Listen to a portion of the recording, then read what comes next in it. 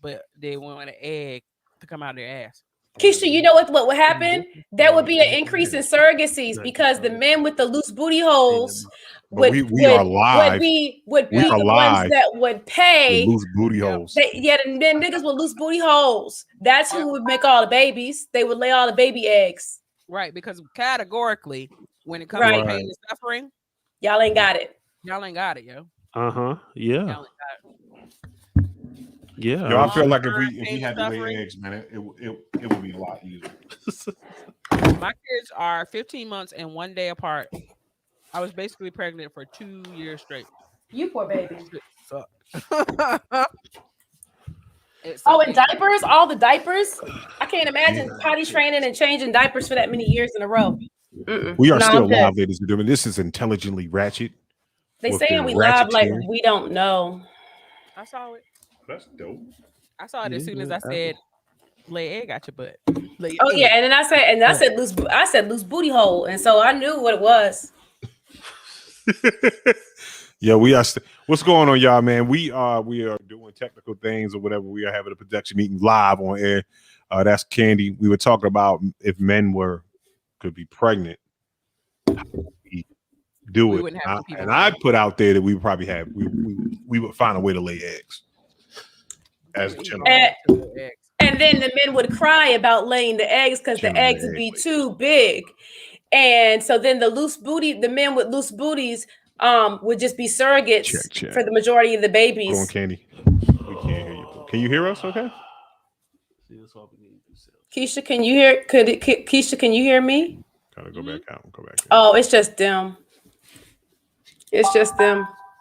Yep. It's because Bishop got Justin making light skin faces. Can you hear us now? Yes. Good. We can always hear you. We could always hear you. Nah, I just wanted to hear y'all. What's up, Raph? What up, Raph? How's everything going? You know what I'm saying? Hi, Raph. Well, y'all know what it is. Outside of this, we're gonna go ahead and do the likes and shares and things of that nature. As always. So, hey, we live. Welcome to this episode of Intelligently Ratchet, episode 149. King Justin in the building, Bishop Omega. Got Keish, she back from whatever she was doing. She had a little hiatus, vacation, little thing, holleration, iteration. You know what I'm saying? Endless dancery. Endless dancery. And Spell some of them damn it words. Spell some of them damn it words, please. and as always, we got OG Ratchets here, Miss Candy Carver. Yep. So as always, all Ratcheteers checking in. Make sure y'all like the post, share the post to your timeline, please, whether you're on YouTube or Facebook. Helps us out with the algorithm and all that stuff, you know. Yeah. How you know my cousin algorithm? The algorithm. Yeah. You know my cousin algorithm? Algorithm. My cousin that's algorithm. the name right there. Yep. Where's the Her, camera? her name is Algorithm Allegra Mm-hmm. Carver. Right. Okay. Are you serious? Does it matter? Nah, I wanted her to be a real person. Not saying that your cousin's not a real person. I think she's probably lovely, a lovely person. You All right, know like, what are you I trying wanted to be a real say? person? The chick from the Queen's Gambit, but she's not real. Oh, is it? Yeah, I looked it up when it first came out. I was like, "Who is this motherfucker? I need her to be my friend." Right. Temple Grayson. When I saw Temple Grayson on HBO back in the day, when did you watch that, Keisha? Mm-mm. So Temple Grayson is an autistic woman who developed new technology for gathering cattle that was more humane. Oh, gotcha. Oh, that wasn't for real? I don't understand. Real person. I thought the person was real. I thought it was like a loosely based off of real events. Which one, baby? We talking about two different women. No, I'm talking about Temple, the one with the lady with the Temple cattle. I sat there and watched that. Yeah, that's real. She's real. The old girl with the bolo tie. Yeah. Yeah. Okay. She's real. She does speaking engagement. She does a lot of like autistic and spectrum events. So yeah, she's a big fucking deal in her industries, in her two industries. Yeah, she's a big deal. Okay. Mm-hmm. I just watched something. If you've seen, Something, have you nigga? guys seen the new Predators movie? Keisha, come back because we're gonna talk about Tom and Jerry. Yeah. Oh yeah, we gotta talk about Tom and Jerry.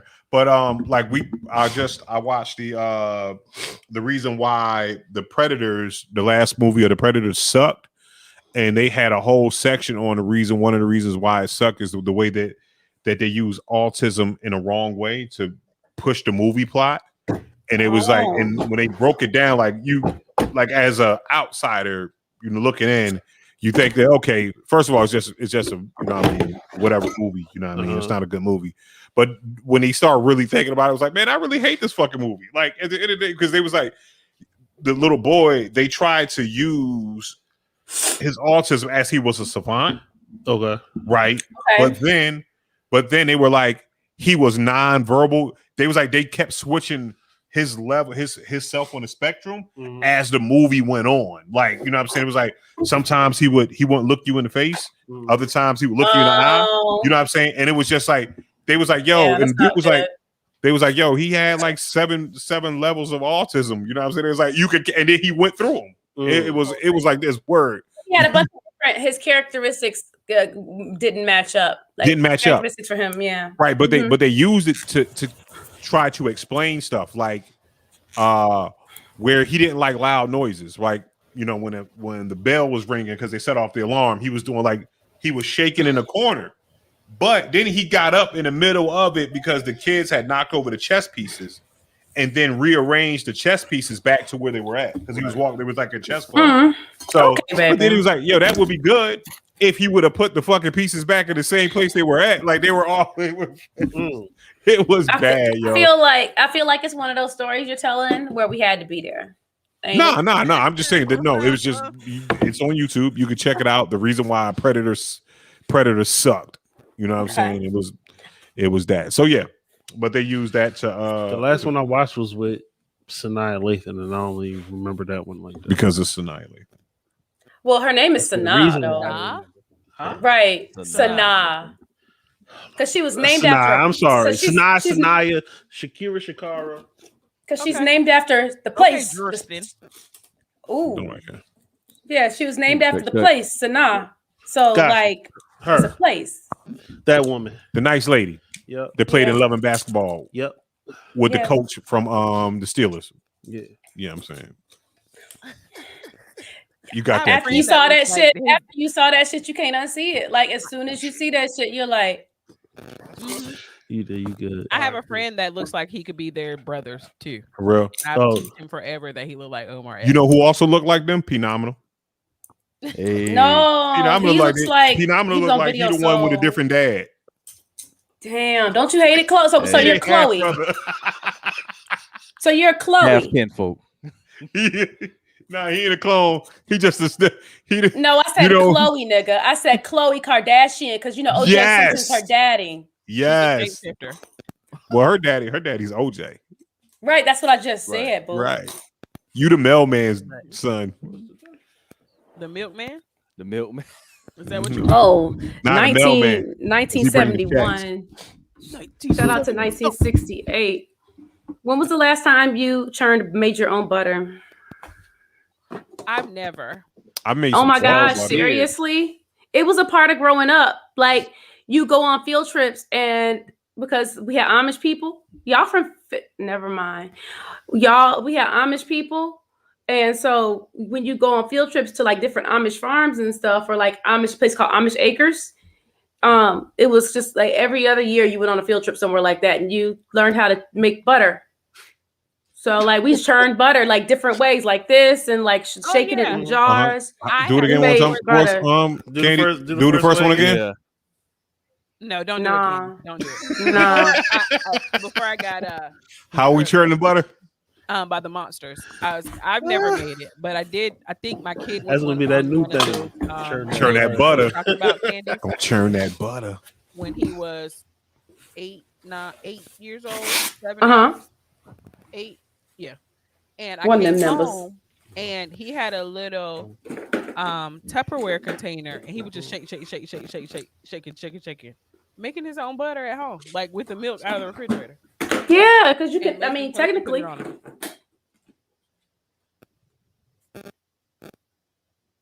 He said he's spreading butter on the largest arms of the That's the world. dude Cruz that was on last. Shout out to Cruz. Shout out to Cruz. Okay, I recall. He's got the Likely you forgot, yo. he's got the thing, huh? You and Cruz is buddies. Yeah, I remember his face. Not real. I remember the thing on his head, his headdress. Mm-hmm. All right. So Hey, what we motherfuckers. So what we gonna jump man? into first, Candy? Oh no! I got Pantone swatches. Somebody gave me some Pantone swatches. You know how much these cost? No. How much easier and wonderful they make my life when I do like customer consultations. Right. It is a great thing. Like these cost hundreds of dollars. Seriously, Pantone swatches So when they be are like, I want expensive. green, you be like, which green? Yup. You want it Uh-huh. green? I My want baby that said, green hey. He green. said, is that Candy Carver? I said, He said, hey. Told you. No, in the back. In the back. Your kids are fun. They are. I like kids like like they're like they have good character, but like they're good kids. They're ridiculous. Yeah, but they're unique and they're confident in their uniqueness. But they're really Right. sweet. Like, you walk up sometimes and we have like when we meet Justin, the first time we meet Justin, because he's big and tall, we're like, But so first time I was like, and they're these sweet kids. They're happy and real sweet and polite and Thank you. They can rap. That's what I said. Yeah. Yo, Shout out to Boy shout out, Abe. yo, shout out to Five Boy Oh, wow. Abe, yo. His kids. Did you, Key, get Justin to send you the track that his son made? He's sitting right there. Justin just sent me the track.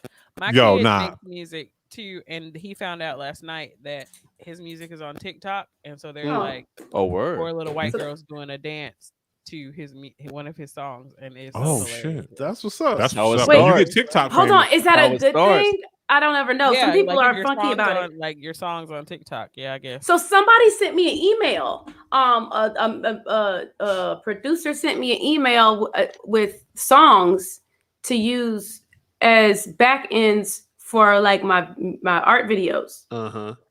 Yeah, like so I was like, wow, that's an end. Like if you just figure out who has a good amount of followers. Mhm. And help them create interaction, and then your music is just a part of it. Like that's a ingenious thing. Yep. You do some time lapse of like you painting and everything, and Mm-hmm. Yeah. Say what you say to me. Are you painting right now? Yeah. See. Yeah. So speaking of music, you see how I put the music back on the video, right? Yeah, I like that. Yeah. That was dope. Yeah, it was That was real. It was real 85. It's an oldie but goodie. You know what I'm saying? We was using that joint, was it 2018 we was doing that? Yeah. So had to bring it back. Shout out to who made the joint? I don't know, P, who did that? That was Skyline, Steve Skyline. Steve Skyline. You said Steve Stout. That's all I'm saying. Steve Skyline. Dylon. Hey, to pause 1 second. Hey, Bishop, your mic is no longer coming through. I hear just fine, but you're not. I hear you on his mic, but not on yours. Can't nobody hear your black ass, Bishop. Check how I feel. There we go. Now you're Am I back. good? Yeah. Back in My there. buttery. Sounds good. No. Sounds good. No, you're not buttering. I got that buttery warm voice to make white people happy. That's All right. gross. No, you know who has a great voice though? Yeah, Bishop. Who? Who's got a great Jonathan- voice? Jonathan Harmon. He's got Who's a good Jonathan? voice for it. Are you talking about Law? Yeah. Oh, Oh. Yeah. okay. Law, got- me and Law got the same voice, except his is like 3, 4, That 14 better. octaves lower than mine. She got a little. That's John Law me. sound like almost monster-like. me and so got the same mouth, except for I got more teeth in mine than he Right. does. Me and That's Michael what you Jordan just sound the like. same. He just dark skinned. Right, that's what you sound like right now. No, baby. Nah, no. shout out to Law, man. Yeah. He's got one of my favorite hip hop voices, man, for real. I like We this were song. supposed to- I don't wanna go to bed. Yeah. yeah. Yeah, I threw money in one of the music videos. Oh, for real? Like, yeah. You just We- you just felt the need to just cash, like make it ring, No, or did that's you what I was. help pay for the video?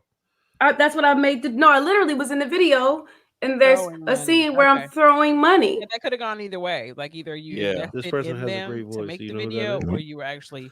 Sanita said she got a great voice, or he said, I don't know this person said they had a great voice. Who?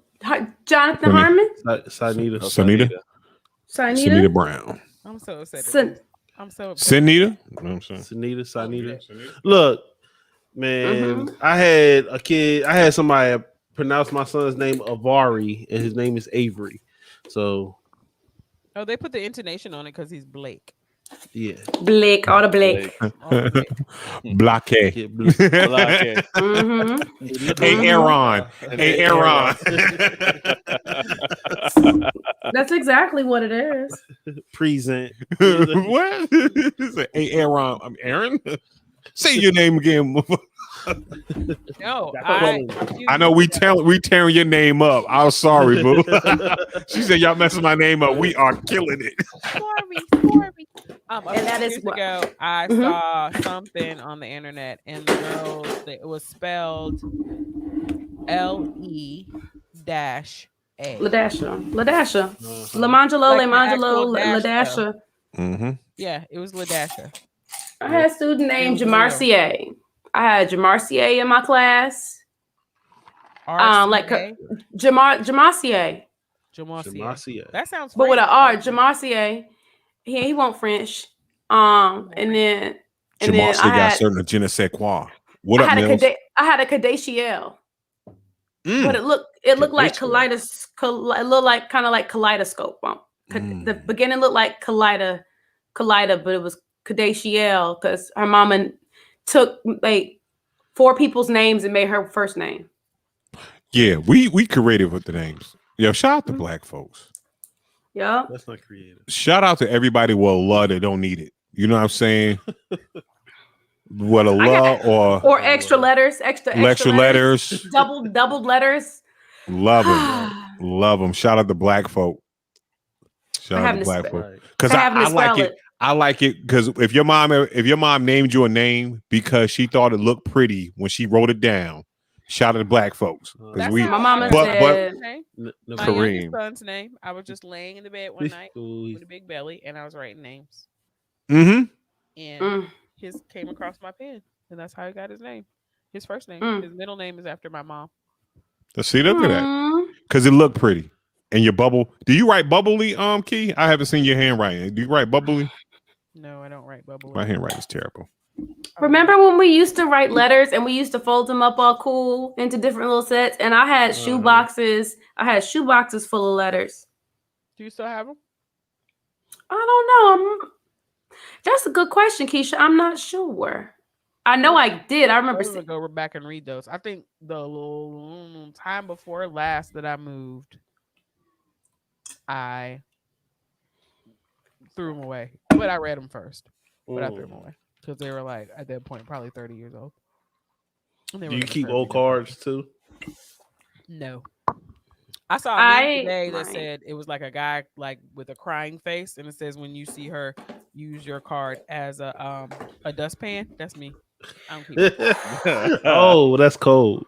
I mean, if they're there, like it's not. I've done that. My family does a lot for all the holidays, so every it's a holiday lot of I stuff. get a card for everyone. My mama, my sister, my daddy, both of my sons, through all 3 of my sons, and my ex-husband. Like every holiday that we celebrate. That's a lot. That is a lot of cards. It would be a whole closet full of cards at this point in my life.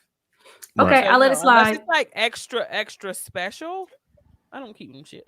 Gotcha.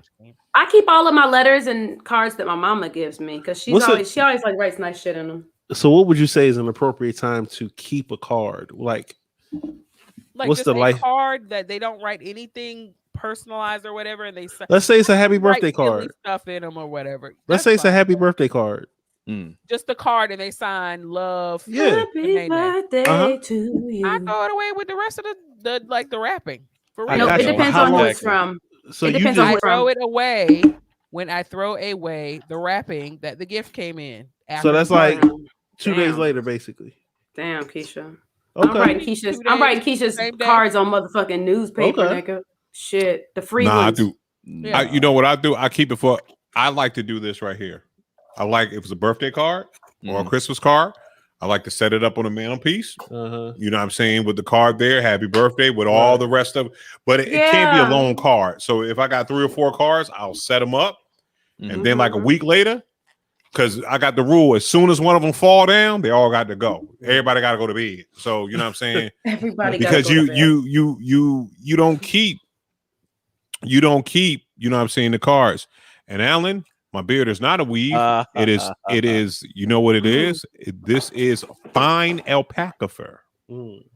Alpaca fur. You better block that shit that they found in the forest, and it had like hundreds of pounds of matted wool on it, and they finally gave him a shearing. It was I did see that. Wild I did sheep. see that. He was he looked all terrible. he needed was wild. It's wild some sheep. Good detangler. Hold on, I thought sheep was just sheep, like guinea pigs. Nah, this one was just I out here. I think he got like lost in the. Okay. But it was like years. Motherfucker looked crazy. He came out. He just got out of prison. He just got out of prison. He like Martin. Yo. He like Martin when he came back from the what's the name? He had the half. Brother Sunflower. Brother Sunflower had the half. He came out like, listen here, may I interest you in a bean pie, queen? No, he looked like if you took a sheep and you stuck it inside a Mario mushroom. That's what his fur. Oh wow. Yeah. That's crazy. Shout out to the sheep. Yeah, they said it had been around like something like the joint couldn't even walk right. That's how much wool was like around the legs. It was basically one big wool dreadlock on his body. He came with that.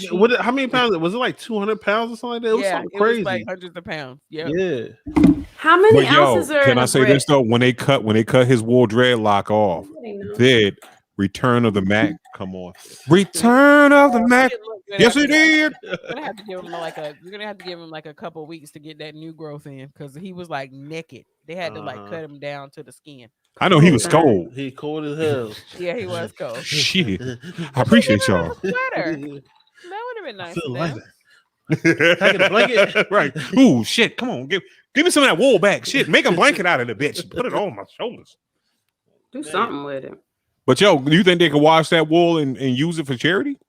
I don't know what they did. I don't know how, because it was what bad. the fuck for charity? What do you mean for charity? I'm saying because that's what they do. That's what they do anyway. They'll wash the wool. You know what I'm saying? Maybe they could recover some of the fibers from the wool, and then you got the wool. Like you would get a sweater, like you would pay top dollar for the wild sheep wool. But it's stinky. No. I'm saying no. The wool, they're gonna make a sweater out the wool. You ain't gonna just get a naked. Like you ain't getting no wool sweater that smells still like sheep. They'll dip it, put it in the what's the name? You know what I'm saying? And boom. And you can sell it at a premium. That's my degree is in textile apparel management from North Carolina State University. And there's nothing they could have done with that wool. Maybe they could. Maybe. What if they put in like little glass balls? It was so matted and dirty. And I'm sure it's stinky. How much chemicals and shit you would have to process it for anybody, because wool has that, like if you get an alpaca sweater or a real like wool sweater, it already has that kind of still gamey smell to it. Could you imagine that? You haven't seen this sheep, but you see this sheep, there's nothing they could have done, I don't think, to that wool. So are you saying the sheep look like he smelled like a hot dog all the way? Yeah, pretty much. With jalapenos. With the jalapenos. And anchovies. He would say and earring backs. That smells bad already. You almost spit. Me and my friend laughed about that earring back thing for like 6 weeks. Aww. It has smell like earring backs. Bishop, you made people smile. That matters. Oh man. But yeah, so speaking of craziness, speaking of hot dogs all the way. We are losing a staple in the hot dog industry. No, we're not. If you have ever been on Hillsborough Road, coming from a show, coming from Shakedowns or any one of the popular clubs, you know what I'm saying, and you would stop by this place before you got on 40 to soak up your liquor to get back to Durham. You stop by Snoopy's. That's right. You stop by Snoopy's. You get like 42 hot dogs for $1. It was delicious. So I'm exaggerating. Cheese fries. And you take your heels off. You take your heels off, and you hold your shoes in one hand, right, and your hot dog in the other. Hot dog in the That's other. right. You sure do. You sure do. With Yeah, the- Sweepies has been an institution. Like I said, I went to North Carolina State University, and I've been going there for ever. But it's not the only location. So they have another location kind of further west of there, still around NC State, but it's all at the other end of Hillsborough Street. That's not closing. And then they have one in North Raleigh as well that's not closing. But that one, that's like homecoming Yeah. Sweepies. Like if you don't see who you supposed to see during homecoming night, you'll see them at You're gonna see them at Snoopy's Snoopy's. late night. So yeah. It's What's homecoming? What's homecoming? Yeah, I don't know. I don't know. That wouldn't me neither. Me neither. I And then high school. And you know what? I'm gonna tell you this right here. If I went to my alma mater's if I went to high school homecoming, that's a frowned upon. Wait, I don't understand what you just said. That's frowned upon. That's high school homecoming. That doesn't really count, Bishop. Be quiet. I mean, it counts, but in a different kind of way. Like Keisha, you don't have what to are you lie to going him back to today. do? Watch a football game? That's what I'm saying. Like, first of all, I'm not going back to any of my high school football games because we were like 0-12 or 0-40 when I went to school. You know what I'm saying? So I am never going back. Like I can't support. Like I could probably go back when my brother and them played because they went to the playoffs. Right. You know what I'm saying? Because your brother bigger than you. So much bigger than me. But it was like this. It was like their whole football team. All them cats came out of middle school like 6 foot. Mm-hmm. It's the hormones in the milk. Gotcha. It's the hormones in the milk. Hormones in the milk. Mm-hmm. Hormones in the milk. That's why you got to churn your own motherfucking butter. Okay. Show us how to churn the butter again, though, Candy. Like, could you do that? I think Phenomenal missed it. He got to rewind. You see, just be kind, please rewind. Oh yes, rewinding. Churn the butter. You know what I'm saying? But nah, man, like nah, I couldn't. You know, so shout out to everybody that had a homecoming that went to school. Yeah, and all your crippling debt. Shout out to y'all.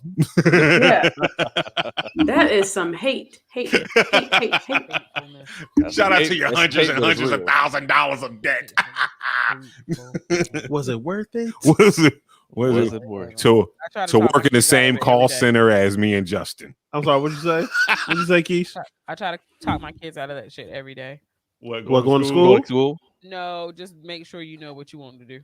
Right. Oh, okay. I went to state for textile apparel management because they came into my physics class one day at Enloe High School, and hold on. Put some respect on that. The almighty Enloe High School. There you go. I just heard you, Keisha.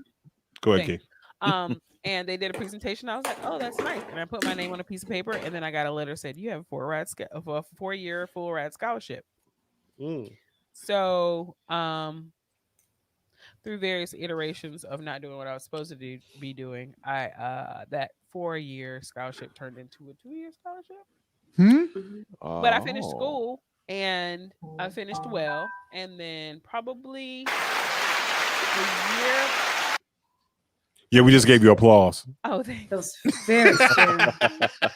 I thought it was raining. A year prior to my graduation, because North Carolina used to be heavy with textile plants, right? And the degree I got hosiery mills and stuff. Yeah. Cotton Incorporated out in Cary. It was heavy.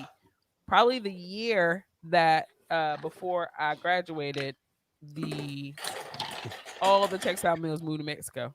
I have a minor in French also. So I wanna go to Mexico. Oh, that's Spanish. Okay. Hey, I got a job in payroll, and I've been doing payroll for 1 to 2 years. No, don't do it, Justin. Keish, qu'est-ce qu'il y a dans la boîte? Vin. Okay. What was that shit? He said, "What do I have in my cup?" Y'all speaking French? Yeah, you ain't know I ain't know you was Haitian. Me out all the time. I've never been to a French speaking country. I probably need to touch up a little bit. Like I understood what you said to me, but don't ask me to say nothing back to you. And probably it's gonna be something that I don't understand. I didn't know Just was Haitian, y'all. Yo, this is my first time. I'm French. That's the only thing I remember from my year and a half of going to high school was Oh, I feel like you went 3 years. You went 3 years. I feel like I actually did, but I only went to class for a year and a half. The rest of the time, I was in lunchroom all day playing spades and nah. I feel like Just was one of those high school dropouts that was like second semester of your senior year. It was like, you know what, fuck this shit. It was like, it's almost done. Just I'm telling you, that's what I'm saying. Like I went People to did that, though. school for ninth grade and half of 10th grade, and then I didn't go to class no more, and I was working at Foot Locker, and I would just sit in the lunchroom. Fourth period was the first lunch. I would go to school then, and I'd just be playing dominoes or pity pat or spades. And that was it. You know what? You guys are awesome. I never cut class. Never. Ever? Not even like senior year? Yes, I cut senior day. That's the first time I ever cut class. That's not cutting. It's not really cutting. It's getting ready for prom. But I never like it. I was one of those kids that was like this. If I didn't want to go to school, I didn't go to school to cut class because it was I'm a personal person. Okay, so me and my Bonsoir, Max. Way to school and then be like, we don't feel like going to school, so we wouldn't go to school. We will go other places. No, I would just right. No, people. I would just not like. I didn't play hooky. You know what I'm saying? Like if I didn't want to go to school, I just didn't like. I'll be like, I'm sick. I'm not going to school, but I like school. Oh no! Just because I like people. We always went to school to get out we the go house. To the movies. We go to the museums. Yeah, I ain't never do none of that. Library. We be in the library. They did educational stuff. They went to the museum. That is funny. That is funny. You said what? What's that? Key? These niggas skip school to go to the museum, educational asses. That was just to balance out the other places like that we were not supposed to be. Keisha, you don't have to justify your thoughts. Nah, Keisha, no, I feel what you're saying, Keisha. I'm on your side. It was like this because we learned something. We learned something because we got high and we went to the strip club, but then we went to we watched the wells while we were high. It was close. That's like that's when they probably was like walking through the museum getting real smart and be like, do you realize like ice cubes drown in a pool of their own blood? Ooh. I don't think my core group of friends, I don't think they smoked marijuana when we were in high school. Nobody smoked. Well, y'all probably doing cocaine though. No. Damn, I think y'all was like, I think that back when because that's when cocaine first came out. You know what I'm saying? Like in the 70s when cocaine was you could just go to get cocaine from the store. It was okay. Do you hear? Huh? I really honestly didn't because I like from high school went to state. Like I was a party girl. Like I'm talking about party dancing, music. That's why they call me hip hop mom. Like I've seen everybody in concert. Like I had no idea that cocaine was a thing in the Black community until way a long time after. Well, cocaine wasn't a thing; it was crack.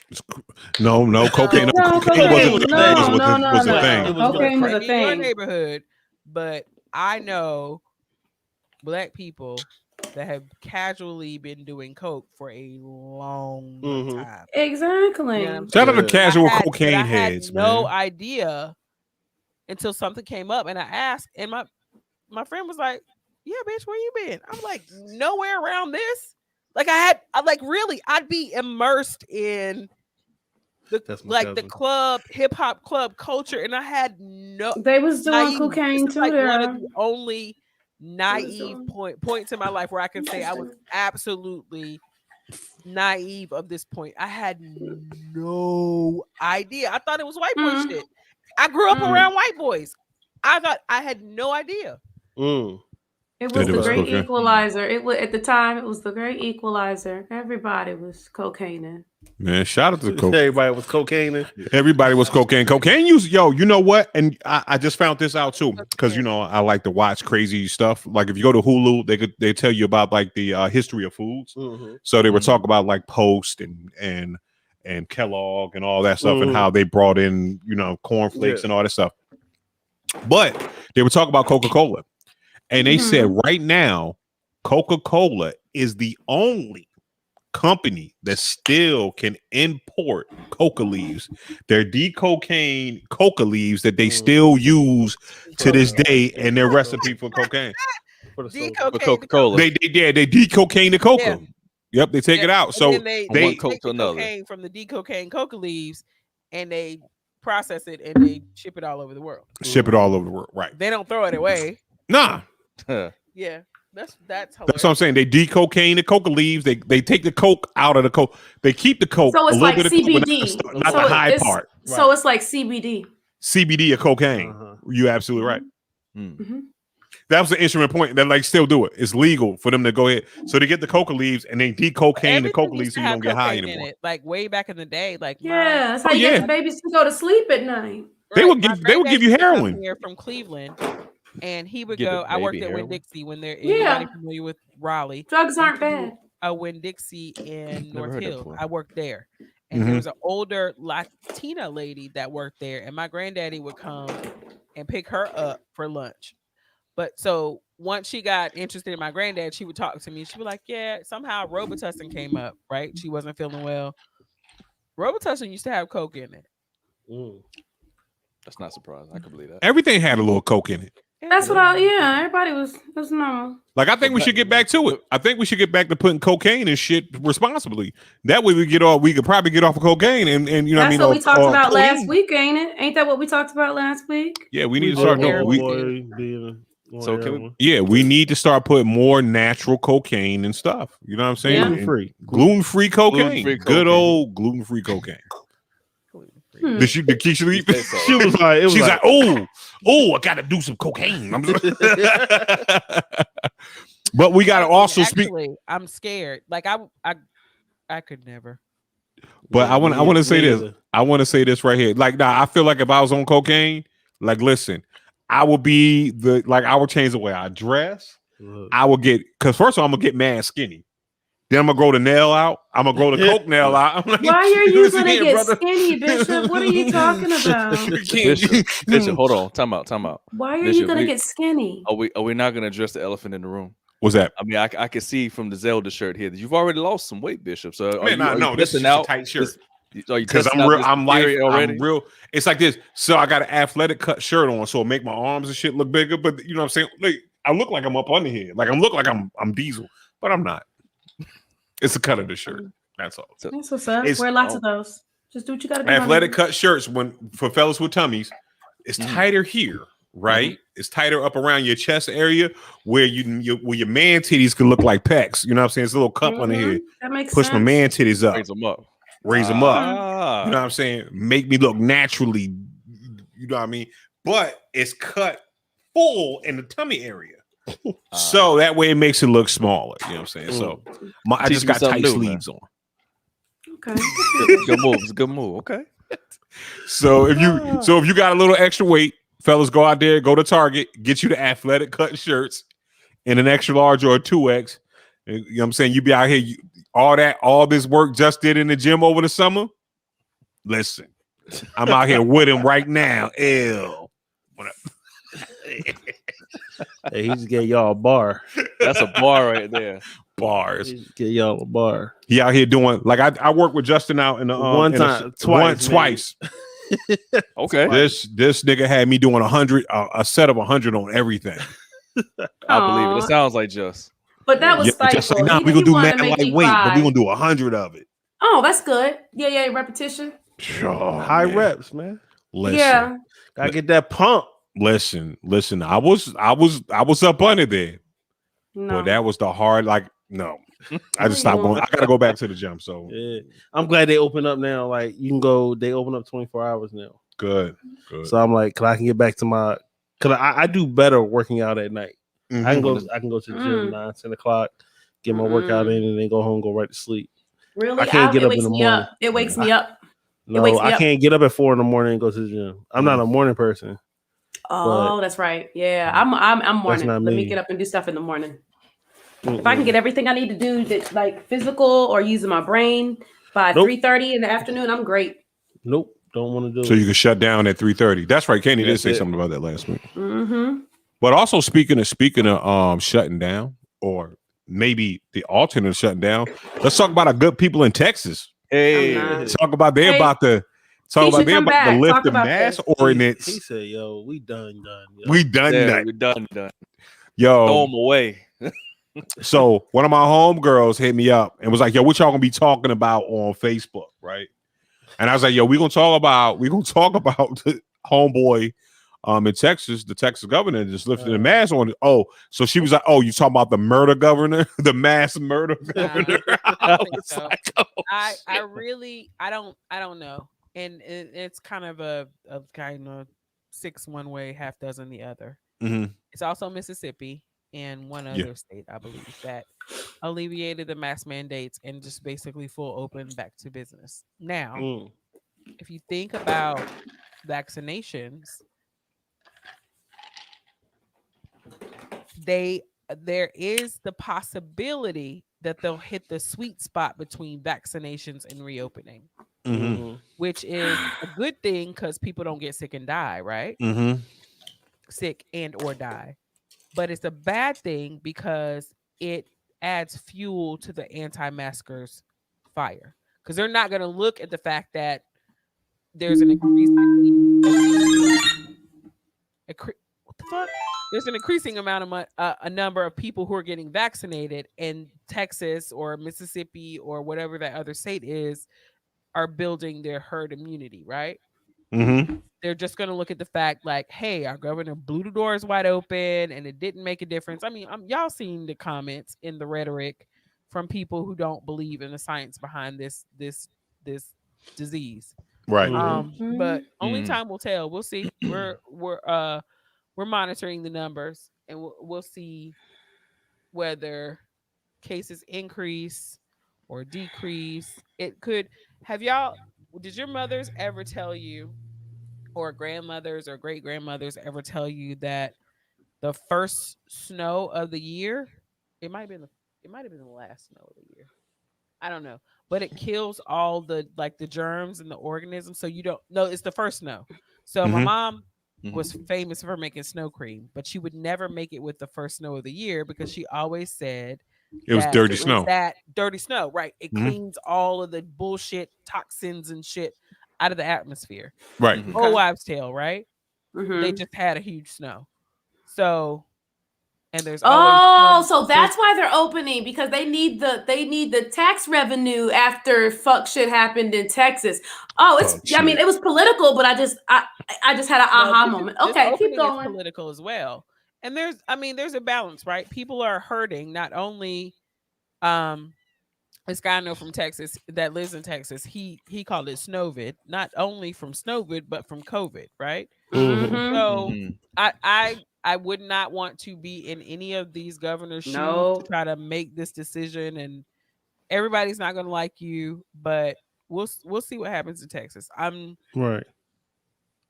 But if you see places I'm safe about it. But Texas has an overwhelming population of people who do not believe in the science. So right. And I was going to say, you're going to have certain states that are going to, the majority of them are just going to be on the side of disbelief, or they're frustrated, not frustrated. They're just tired of it. They're like, all right, whatever. So like, take Florida, you got a bunch of people out there, like they don't care about the mask law or, rule, like they just out there, you know what I'm saying? And everybody cool with it. If you want to wear a mask, cool. If you don't want to wear a mask, cool. It's up to you. Right, exactly. So but Florida has especially your Fort Lauderdale and Miami areas, spring break coming up, have kind of those jurisdictions have implemented laws, rules, ordinances, whatever you want to call them, to kind of quell that whole thing, to make sure that people do what they're supposed to do and socially wear masks. And I think it's mostly because of you'll have these functions and events, you'll have more outsiders coming in. Yeah. But for the most part, if all the Florida residents they're like, look, man, we good. Like, chilling. Good. Right. So I was in Florida not too long ago, and you're exactly right. Yeah. And so I can see why Texas is, kind of like that or whatever. Because even when I was out west, it was kind of like that. It was, you could just walk around without a mask. It was cool. Now, if you're going into a building or into a facility, then yeah. But if you're just walking around in a parking lot or on a public street or whatever, you didn't have to have a mask on. It was cool. I would still wear my mask. I don't care. You know what I'm saying? I don't know. It's like one of those situations where the places I wear my mask, I'm like, okay, if I'm going into a building, if I know I'm going to be in close proximity to somebody, then you know what I'm saying. If I'm in a crowded shopping center, then yes, I'm gonna wear my mask. If I'm stepping out to get gas, that fresh air, huh? Been off. You hear me? Right. But see, it don't bother. Like the way the mask bothers some people, it don't bother me because I always wanted to be a ninja when I grew up. So you know what I'm saying? It was like I had already trained myself by tying shit around my face for robberies and stuff like that. Statute of limitations is over. They don't know me. Right. You know what I'm saying? So it's like this. So you didn't say you did robberies. I didn't say. I said 4. Right. You know what I mean? If I ever wanted to, I was practicing. I was like, you know what? I might rob Tyrone today. Let me see how it is. You know what I mean? Because you know, you want to put the stocking over your face. You did poses like, give me your goddamn shit. You know what I mean? I got my mom's support hose. Still, a year later, it still feels like those 3 big boys y'all saw walk through here. We are in the car. Okay, car's in park. We all sit back, get ready to leave the car, and everybody puts a mask on. I said, it still feels like we about to go rob something. I like it. I like to look at the person next to me when I put my mask on. He'd be like, this could happen. So how long do you think it'll be before North Carolina gets to that point as far as the lifting the hope never. Do you think 2022? You think 2022. 2022. I'm with Justin.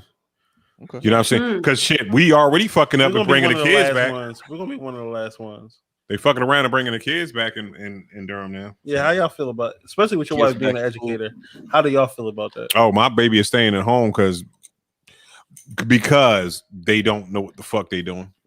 You know what I'm saying? At the end of the day, it's like this. They trying to get, there's not enough, like if all the teachers and stuff like were vaccinated, cool. You know what I'm saying? If they had the right infrastructure, but what it is, they taking out pressure from, like you said, people that don't believe in the science. And then we taking the pressure of frustrated parents, you know what I'm saying? And they ready for the kids to go back. And it's like this, and certain shit ain't who are supposed to say again, Keisha. Overworked, underpaid custodians who are responsible for wiping everything down with bleach or alcohol or whatever they're going to wipe it down with. I was like, right about a year ago, I was picking my kid up from Chick-fil-A in the mall. He was at work, so I was getting something to eat. And it was before all of the fury around COVID. But I sat at my table and it was late. It was like closing. And I sat and watched a little old man who was part of the cleaning crew. He had one of the cylinders of Clorox wipes. So he had it in one hand. And he had this one little Clorox wipe. And he was going from table to table. Like I sat there and watched him wipe 6 tables while I was eating my food. With one Clorox wipe. One dry ass fucking Clorox wipe with the other in his hands. I don't trust anybody to clean up shit for me the way I wanted to be cleaned up. Like I think what they need to do, they need to pony up and do something that makes it easy. Because if you to have the steam Lysol jetpack that you just run and you just blow it over this shit and let the Lysol do its job, then great. But you know what I'm saying? It's like you can't. They won't hire it. They won't pay that. I know. I have a friend that owns Janny King, a Janny King franchise in Charlotte, and churches, other office buildings or whatever. He invested in that spray steam gun. He's getting so many jobs because people just want you to come in there and spray it down. Yeah. But the school infrastructure cannot afford and does not allow for something like that to happen nightly. Like it makes perfect sense what you said, Bishop. So it's a situation like that where I'd be okay with them if we say, and I'm just using that as an example, the defund police. Right. If you want to use the funds for something like that, like, okay, we're going to use it to sanitize schools and There you go. Defund them. Go ahead. Let's go back to revolvers. There's a lot of it amazes me, like the budget of this country as a whole, or local jurisdiction, county, city, state, whatever. If you're at home and you're sitting and you're doing your budget, right? Right. And you have so much income, and these are the expenses, the needs, Mhm. and then you still got a little money left over, you're gonna like tackle the wants in your like the priority that you want them. Mm-hmm. But if you've ever been in a situation, and I have, where you have so much income and you have a long list of needs, and you can't get to the bottom of that list without running out of your income, then you have to go back and reevaluate the priority of the needs on the list, right? Right. It's like America does not do that shit at all in any budgeted jurisdiction. Like, we don't have the money to worry about whether fucking Harriet Tubman is going to be on the $20 bill. We don't Listen, have the money to try to impeach a president that's not in office anymore. We know we don't have the votes to do that. And then it would take another vote to keep him from running for president again. well, We no, don't have, that shit costs millions of dollars but that when can I'm be used and pushed downstream to pay for shit like. And that's why we need to legalize drugs again, Keisha, because cocaine, 36. How many cocaine. ounces is in a brick? If you round up so you don't die. So just legalize that shit. Talk your shit, Candy. But no, but honestly, we don't need another. So we don't need another self bomber. Huh? We don't need another. We don't need another fucking tank. You know what I'm saying? It's like this. If we built 2 less stealth bombers, you can spray you can spray all the schools down once a night for 5 days a week. Like, it's not a priority, right? Because the people that are making the decisions, their kids are at home with tutors, or they go to private school that they're funding to do these kinds of things. Right. It doesn't matter for the average everyday person that it's a simple fucking solution. You hire someone to come in and spray the school down from top to bottom, wall to wall, every night. It's going to cost money. But like you said, if we build one less or fucking sell the stealth bomber. Right. You know, or that. Sell it to Al Qaeda. They'll get it at a good price. You know what I'm saying? We won't worry about them. I'm sure they're trustworthy people. Also, we need to stop paying DJs so much too. You know what I'm saying? That's what I think. Facts. Yo, DJs are getting paid way too much money for the shit that Man, something happened to that connection. I don't know what happened. Damn. That's terrible. Bishop, are you there? Bishop, where they go? Come on back, Bishop. Oh, there you are. You cut Justin off too. You can't cut him. But you know what? I was co-signing because they don't even really mix. Right. They just hit the sync button. Oh man. Now, for all the sync button DJs out there, I'm sorry. That's not me, thankfully. But hey, do what you do. Do what you do. Oh man, like yo, these damn DJs are taking over with their Serato Live and no crates. Exactly. Like, I don't mind paying the DJ to come in with their crates. If he's gonna come in with crates, bring us some wax. If I was gonna be a DJ, I would never carry crates. DJs that can really scratch. I agree. Yo. I mean, if you can do it, ass you DJ. can digital it. Yeah. Shout out to DJ LA, yo. I didn't realize she was watching. Oh, DJ LA is watching. Oh god, yo.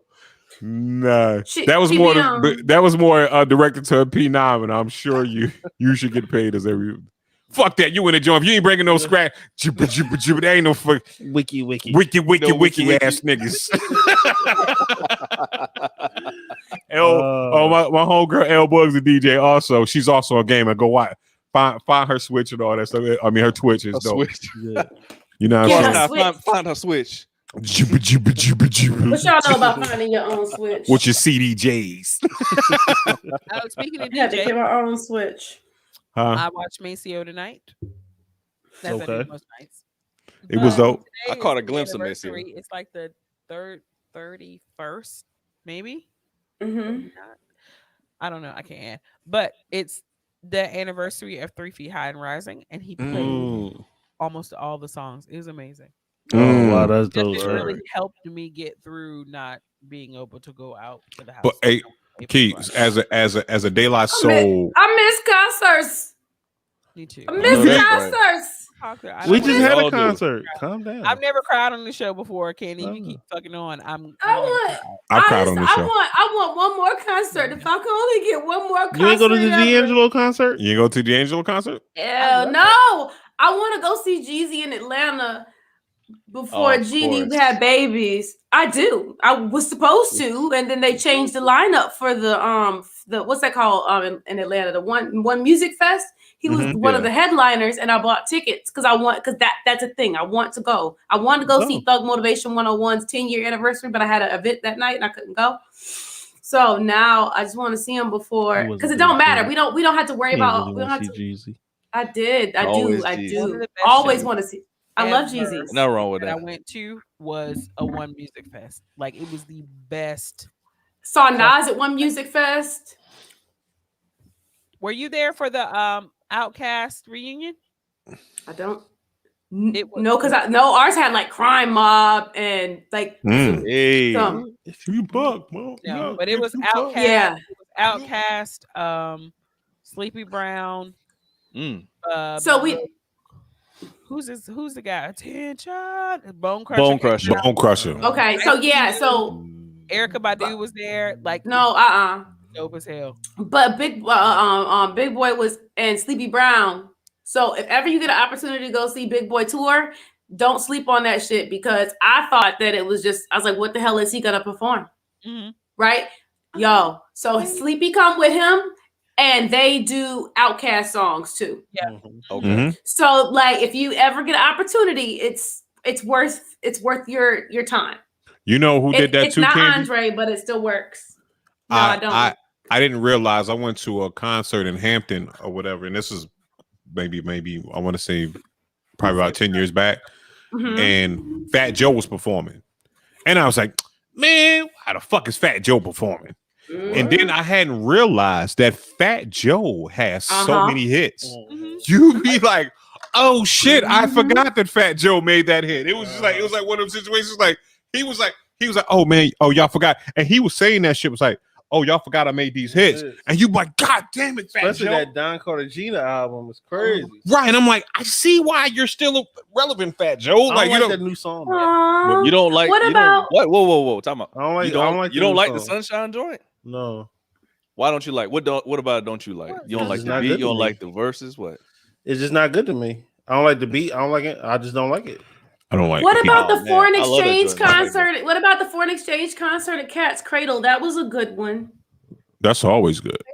That was a good one. But then I went to see him at the Lincoln Theater, and they did return. Well, they did Return to Mac at both places. But I like that. I love that. I like.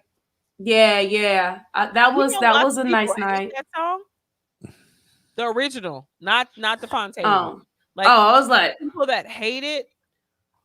They can either stomach or love the Fontaine version, but there are people that actually hate that original song by, what is it, Mark Morrison? Yep. They hate Return on the Mac. That's weird. I just referenced Return on the Mac earlier. So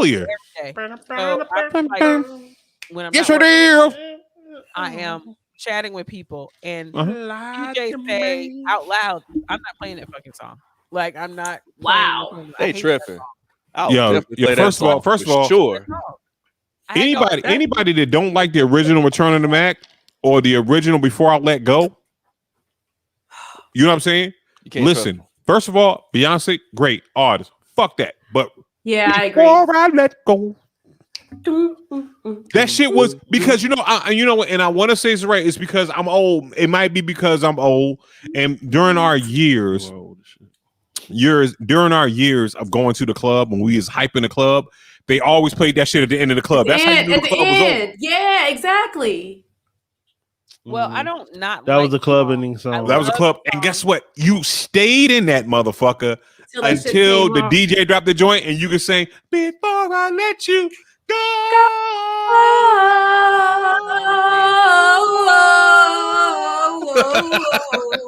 Oh. And that's never. Never. Before I let go. Guitar. But that's how you figured out if the person, because that's when the lights come on and it's Yeah, the that's when the lights man come or the on. lady that you would dance with that you when realized that they were to me one time that she was he or she was a whole sand goat man or a water wait, monkey. Wait, what? You're that happened to me one time. I was like, wait, Bishop, Not you're a a water sand goat. monkey? No, What I'm saying did you qualifies find as out a that the water person he was dancing with monkey? was a sand goat or a water monkey or a mud zebra? What is a mud zebra? That sounds racist as fuck. A mud. No, I just found a new. Speaking of mud shark is probably like first Baby when it came to shark, racial do, do, do, terms do. for black people. Oh no. Moon cricket was my favorite racial slur. It was made me giggle Moon every time I heard Jiminy someone cricket is a nigga? yeah, there's some moon crickets as niggas. So you know what I'm saying. So but when I say someone calls somebody a mud shark and attributed it to black people, like you know what I'm saying, like it made me giggle. It made me giggle. I was like, though. It would be funny if I Yo. could understand the correlation. right, I don't understand it, but I don't understand. I don't understand it. But in order for it to be funny. when But you that's put that because shit we're not together, Dr. Seuss. That's because we're not Right. Dr. Seuss. boom, look at that transition. So if y'all didn't know, Dr. Seuss Company are what is it, 6 books, Candy? Yep. 6 books. They're not going to publish 6 books because of Moon cricketry. moon cricketry. Yep, Moon cricketry and mud sharkiness. So mud sharkdom. I like that. Thank you. If we're gonna misuse words, we have to use the correct versions. Proper tense. Correct. Mud Yes, I sharkism or agree. mud sharkdom. Mud sharkdom. But so they gave a few examples of the books or whatever. One was the Mulberry Street one. Some of the Dr. Seuss books I didn't even recognize or whatever because I had moved on. So the one with that, whatever the one was Asian, it was like a pale faced dude. He had a bowl of rice and his eyes were split. And he had looked a like pointy a hat. member of the he looked like a Wu-Tang Clan. He was Jizza. They drew Jizza. You know what I'm saying? They drew high Jizza eating rice. But and then the black ones, the African, there was one about could I own a zoo or something, and the black people depicted were native Africans. Africans a continent, not a country, but we're just learning that in these recent days. But they had on like grass skirts and their hair with a bone in it or whatever. So, and they were barefoot. Yeah, they were barefoot. And they did not resemble the other human people. They look monkeyish. Yeah. They look monkeyish. Like animals. Yep. But yeah, so shout out to that they had the wherewithal to pull those, to change that over.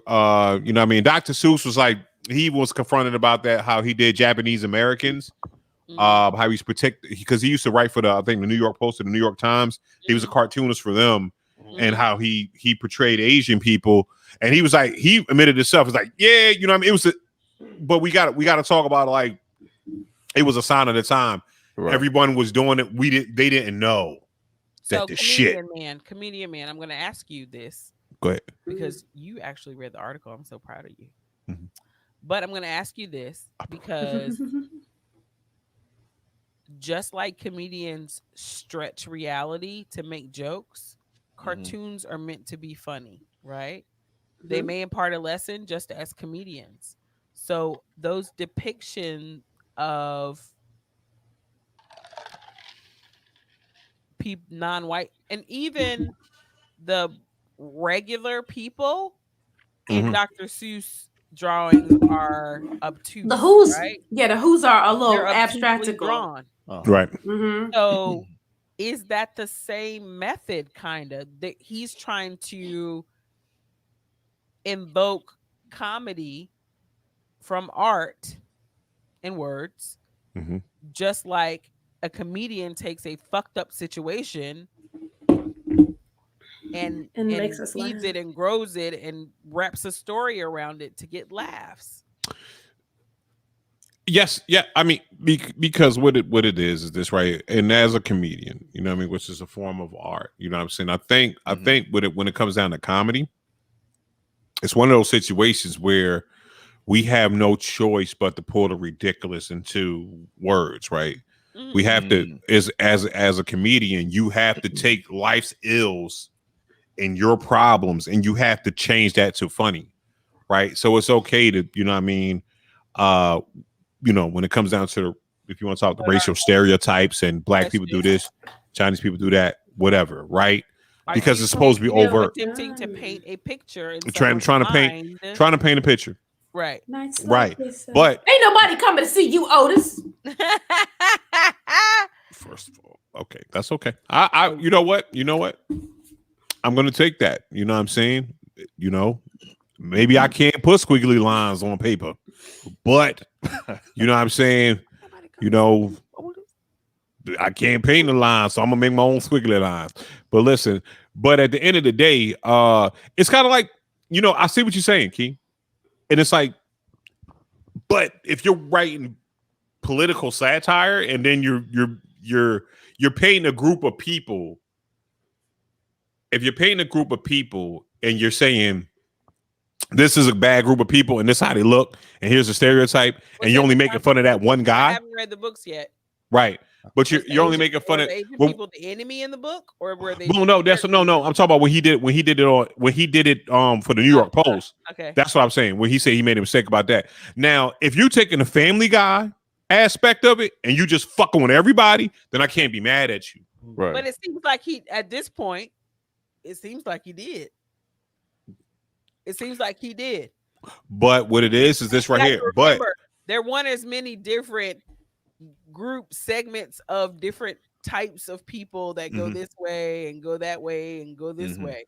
There was blacks, whites, and Asians. And like, if you study or watch media and stuff from back then, they're really like Native Americans weren't visible really in media. It was because of the war. It was all Asian people, because they lumped Japanese people into one group. Asians. There were blacks and whites during that time. So that's everybody as far as the media lexicon is concerned. So he made fun of everybody. Right? Or but in this place is this right here. It's because of the reason why they're cleaning it up is because they realize that a lot of people, depending on where you because I was looking at a Marvel movie and they was like, they was talking about like comic books and how they made all Asian people yellow, like yellow. And it was like because they just didn't get the skin tone right. Like when they first start drawing black people in the first Captain America, he was gray because they couldn't get the skin pigment right. That's dumb and that's an excuse. You see, thank you. And you know what colors they are. And if you're an artist, you know to put brown and a little bit of orange or a little bit of yellow. You think that? A little bit of white. But I agree. You think put that? A little bit of gray in there, but you know how to fucking make a color. But listen, they made homie gray. They made homie gray. But you don't realize what happens is there's a whole lot of coloring that goes into creating skin pigments when you paint, right? So the practice, you may have practice. Because it takes a lot of practice. Like you're like my friend Will Thomas. It takes a lot of skill and a lot of time to get good enough at skin for it to look the way he makes it look. Of any race. So I'm right. So I can see him getting it off, but at the end of the day, I don't know where it's at right now. But it's a color called burnt sienna, and burnt sienna is like kind of the base of most brownish tones. And there's another shade that's the base of like most peach skin, right? Maybe they didn't have the color brown yet, or like they didn't have like that shade to make it look like skin. I don't know. Hold on, Candy. What I'm gonna say is this right here.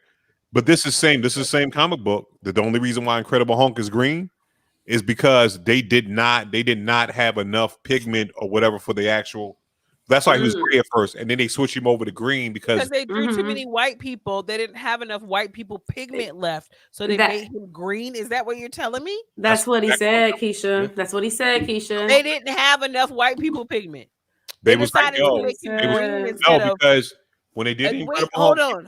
He was gray. He was supposed to be gray, but then it was like, this shit is not popping off the page. Let's make it green because they could not make the correct skin. Do other human. Do y'all understand what that means? Listen, the other white people colors. wasn't really white back then. It was like all peach. You know what I'm saying? It was like all like, you know what I'm saying? It wasn't all the other human colors or whatever their interpretation of the human color was. Right, but we're not talking a gray, about, not a green. Right, but it could have been an Asian person color, or but no, when they did the Asian person or a black person color. I'm sure they had those because they don't use them. But they decided to make him green because he couldn't be gray, neither which are human colors. Right. What I'm saying is this right here. What I'm saying is their color palette was they didn't get the 64 pack of crayons. They got the 8 pack. Why do you talk that way? What? Like you can't. Huh? Because he's from Philly. Oh, but Justin speaks well. Did this nigga say I don't speak well? You don't. I think that's what you said. Right. It's the crack, Bishop. I type like I speak. And that makes sense. I'm kind of like T.I. I totally understood everything you were saying. You was definitely getting your point across. Please continue. I didn't know this. As long as a common man can understand what I'm saying. I got a GED, so right. And I wasn't well read as a child. So, but I'm saying, but at the end of the day, like they didn't have the color palette that they have today. So Bishop. What color is the dirt? If you go outside and kick your grass out of Justin's front yard, what color is the dirt under your under there? It's not my job to go out here and defend Marvel for what they did. I'm just but you are defending them because he's really trying to explain and educate. I'm saying this right here. This is what Marvel told me. Marvel is lying, and I expect you to challenge that kind of shit. Got the whole story. There's no whole story to know. No, it is a whole story. You said multiple times that the whole green because they didn't have the white people color palette, nor did they have gray. So green was the next choice. When they skipped over probably about 4 different races of people that they could have made him colored like. What I'm saying is right. The reason why they made the black dude gray. Hold up, Bishop. Hold on 1 second. Your mic went back out. I'm hearing you through Justice mic. What are you doing, Phenom? Say something now. Check. There you go. Now you're back. I don't know. It's short. It just happened just now. So it sounds like the court might have a short in it. If you eat but you're good though. Go ahead now. That means something. But so what I'm saying, Key, is this right here. They were saying he was gray before they got the color right. Talking about the black dude that was in the Howling. What was it? Whatever the Howling people that were in Captain America.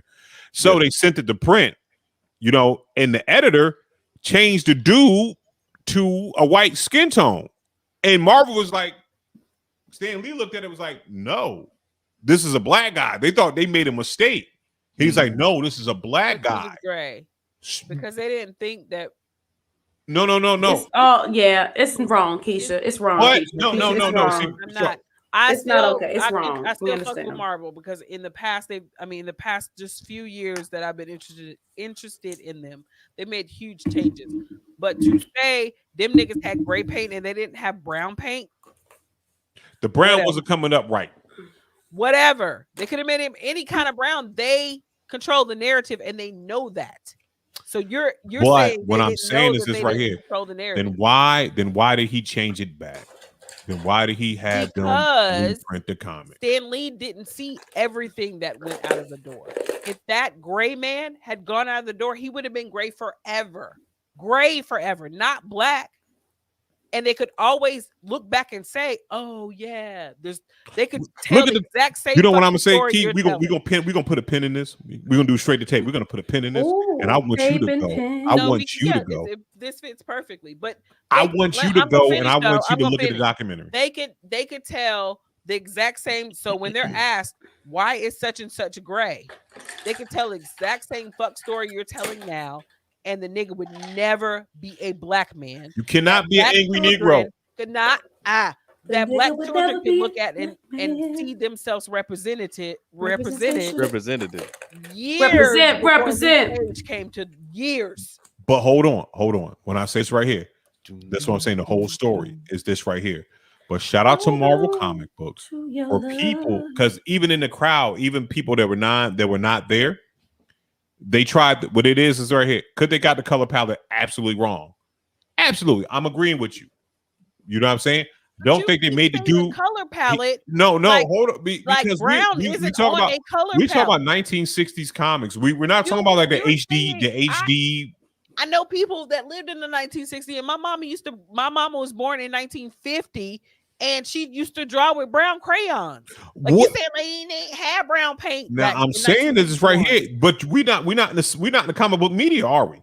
So when you go to print, you're talking about ink. There was Jet magazine, fucking Ebony magazine, probably back in 61. They painted nice glossy color pictures with a bunch of brown people in them, and Marvel couldn't get no brown paint to paint this. I don't think Marvel they tried. That's because the niggas stole all the brown paint. All I'm telling you, Bishop, is that a lot of times smart people make decisions that if asked one question, it could go one way and they're right. Asked another question, it could go another way and the motherfuckers is still right. They had brown paint. Let's move on to the next shit. Hold on. First of all, we don't do that shit here. You ain't gonna move on to the topic until I want to move on. So we're gonna move on to the next topic. Okay. Thank you. You should watch this documentary and you'll understand. What's the name of it? It's something on Pimps Up, Hoes Down. Stop saying random shit, Candy. Yeah. Because she like Pimps Up, Hoes Down. Puerto Rico. You asked about a movie title. You said it was a documentary. Pimps Up, Hoes Down is technically a documentary. Speaking of Pimps Up and Hoes Down and black people, shout out. Hold on. Let's see how you do it. Shout out to my homeboy that did the what's his name? The rapper that rented out Fuquay Arena's high school. I gotta pull his name up. He rented out. He's a wiper. I said a wiper. Jonah Rain, my homeboy Jonah Rain, or whatever. You know what I'm saying? He rented out Fuquay High School. He graduated in 2016. Said, "Hey, I always wanted to shoot a video in my old high school." Which is, I think there's anybody that has ever went to high school and ever wanted to be a rapper. You always want to go back to your high school and do a video and rap. And rap. That's what I said when I read that line in that article, Candy. Keep going, Bishop. Right. So what happened is that he did a song, which the song ain't terrible, but people are in uproar because he used cuss words and stuff like that. He's a fucking rapper. Also, like that, I guess I didn't listen to the song. I couldn't help myself. I mean, I could not make myself listen to the song. Right. It's okay. That's okay. He was making innuendos to sleeping with a teacher. And then at the end, like what the last scene of the video, what it said in the article was that he turned back around like the Michael Jackson turned back around and winked. Right. As he exited the school. So now all the Karens in Apex that have kids that go to that school or went to that school or about to go to that school are so upset because what's his name? Jonah Rain. Man, besmirched their school with a student sleeping with a teacher innuendo in an obscure rap song that only Bishop has heard. But people act like, I never heard the song, never seen the video. But just based off that, people act like kids ain't had crush on their teachers. Mm-hmm. Crush and fucking are two different things, boy. No. It's But I movies. hear It's you. movies about kids fucking teachers. The boys' heads is Oh, not. Fantasies and all. Fantasies and all. Exactly. What I'm saying, no, it's That's a common 80s fantasy. movies That's not about unusual. motherfuckers having crushes on grown ass women. Weird Science. Let's talk about Weird Science. Let's They talk made about a whole it. motherfucker. There you go. Right. They made a whole one that the look cheap was looked like their teacher, right? Right. Whole grown ass Yeah. woman. Whole grown ass Or- woman. Side song. She keeps on passing me by. yep. Thank you. But it's like this. It's like what it is this right? Fuck the innuendo. He didn't show himself messing with a teacher. Right. at You know all. what I'm saying? I've seen rock videos when the rock stars are in high school and the teachers start just getting wild, start Mhm. doing And their the hair Exactly. shit. parents probably had their hair all spiked up in the 80s, Of listening course. to Twisted. No, it's not. Twisted Sister, you right? Yeah. Or Twister? White Snake, Led like Zeppelin. Led Zeppelin. Who sang Hot for Teacher though? Jesus. Zeppelin.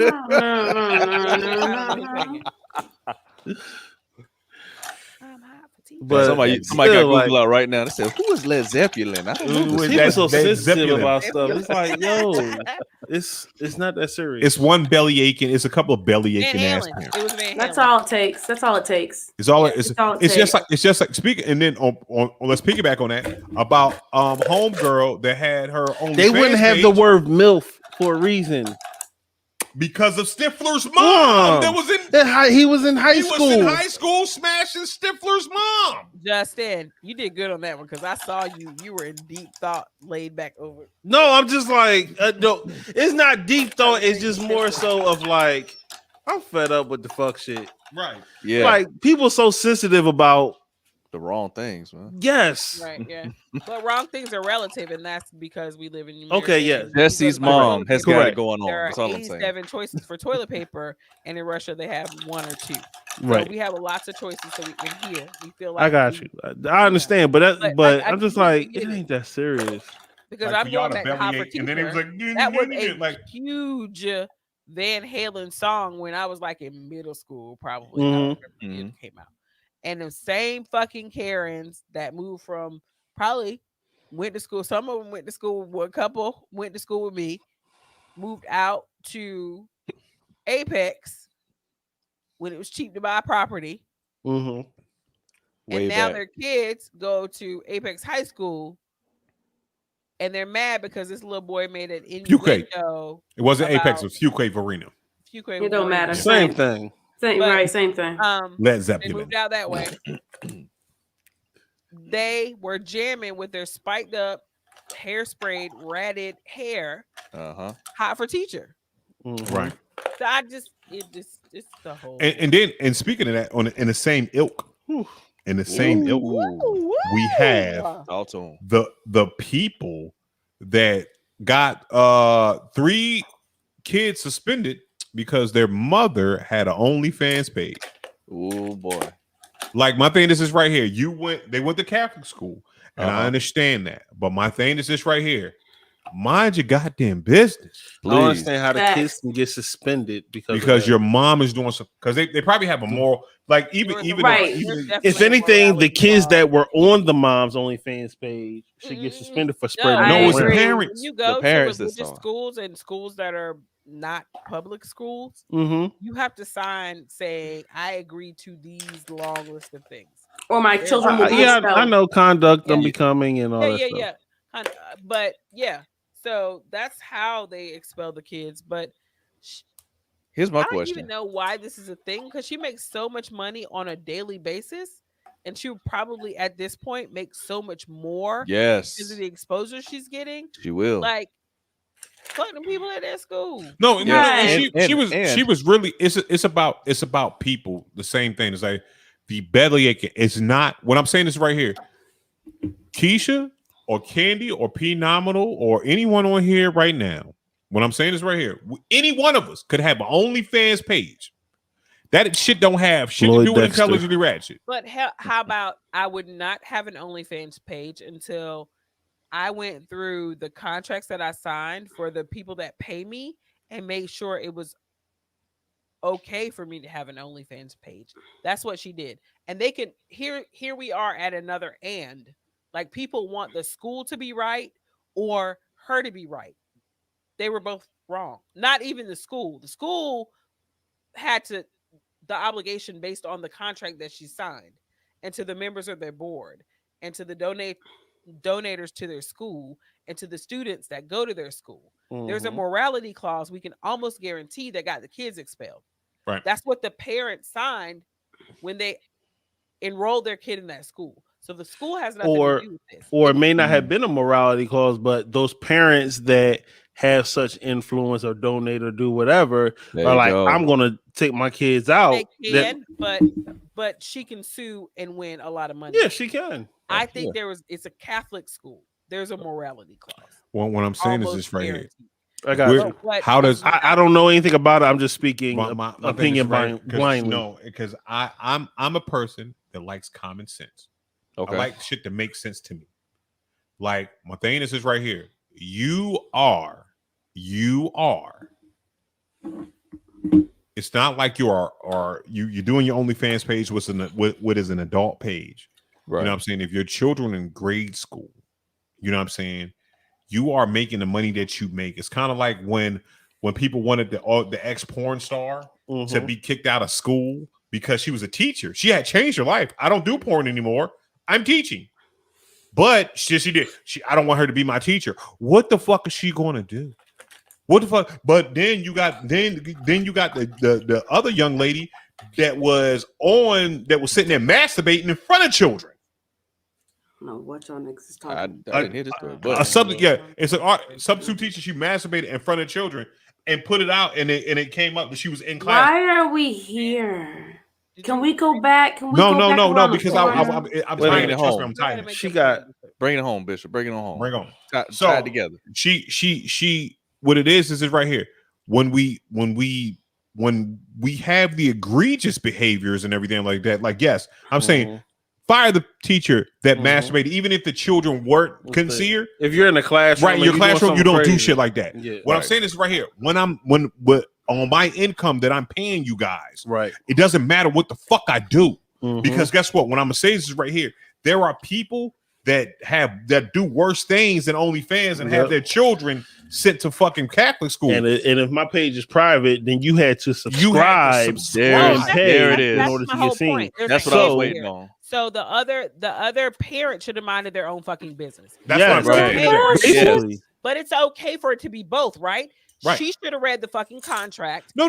She signed to enroll her kids in school, and the nosy ass parents with the limp dick ass husbands were basically watching porn on OnlyFans, and they found their teacher. They thought it would be cute to walk that phone into the other room and show one of the Karen moms, and then that shit exploded like wildfire. That is okay. My question is this. And like I said, I'm speaking on this blindly. Right. Do we know that there was actually a morality clause, or is this just speculation? No. Okay, I don't know. I have okay. No. It was okay. The lady that did the OnlyFans, she didn't blame the school. She said, "I don't blame the school." She blamed the parents.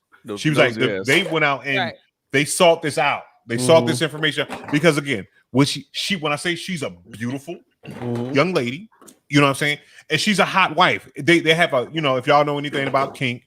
There's a certain thing called hot wife where dudes that like to share their wives pictures and you know what I mean, allow them to share them with other men and everything so their whole page is about the hot wife situation. So she is, if you know what I'm saying, she is the they've been looking for a way to get at them. They've been looking for, and they found a teacher, and then they sat and had a discussion about it. We all see movies about it. Movies are real, right?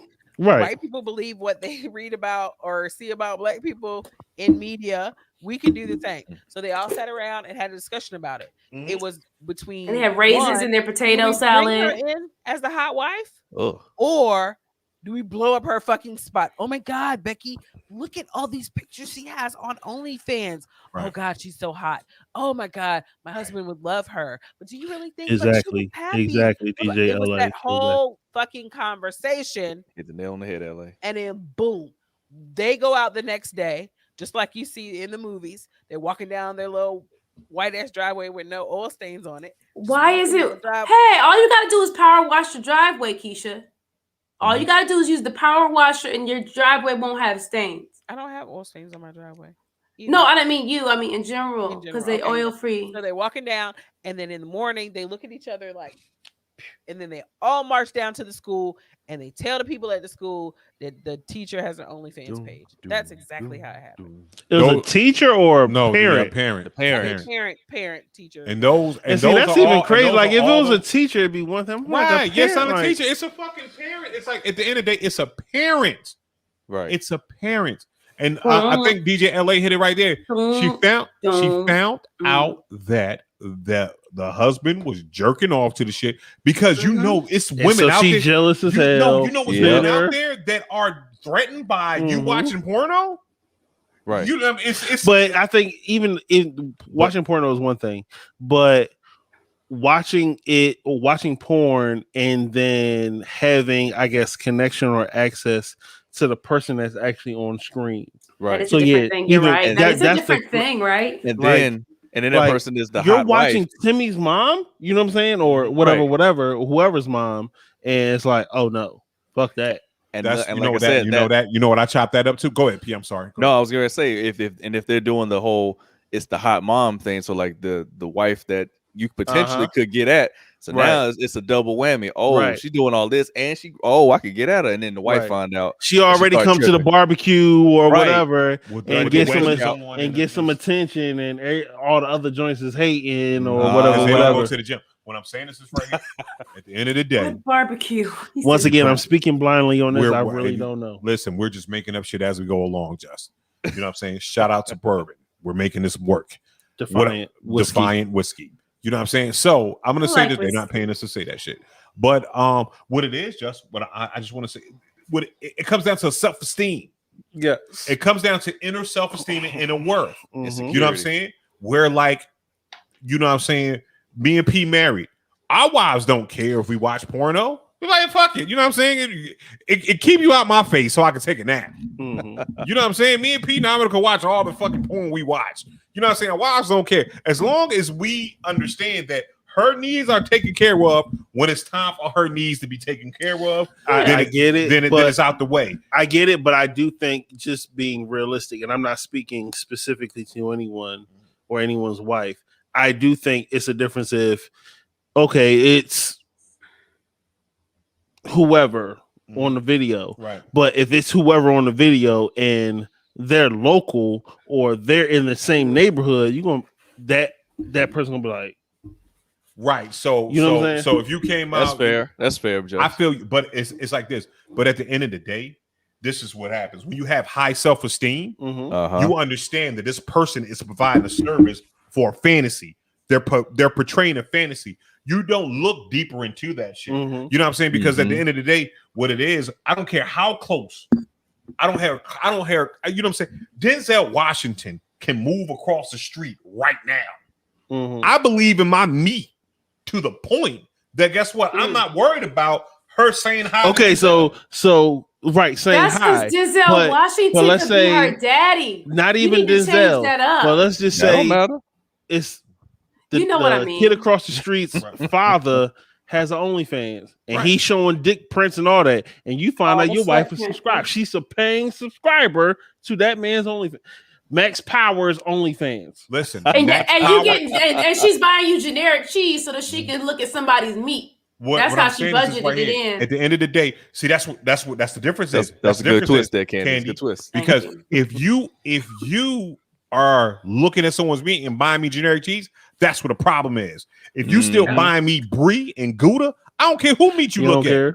No, okay, that's what's up. Bro, I respect it. Because I respect it. At the end of the day, that's fair. Things that I understand. As long as you don't fuck with my comfortability, then I don't have no. If you can look at all the dicks you want to. You could go over there. Max Power can have a fucking Thursday night ladies night.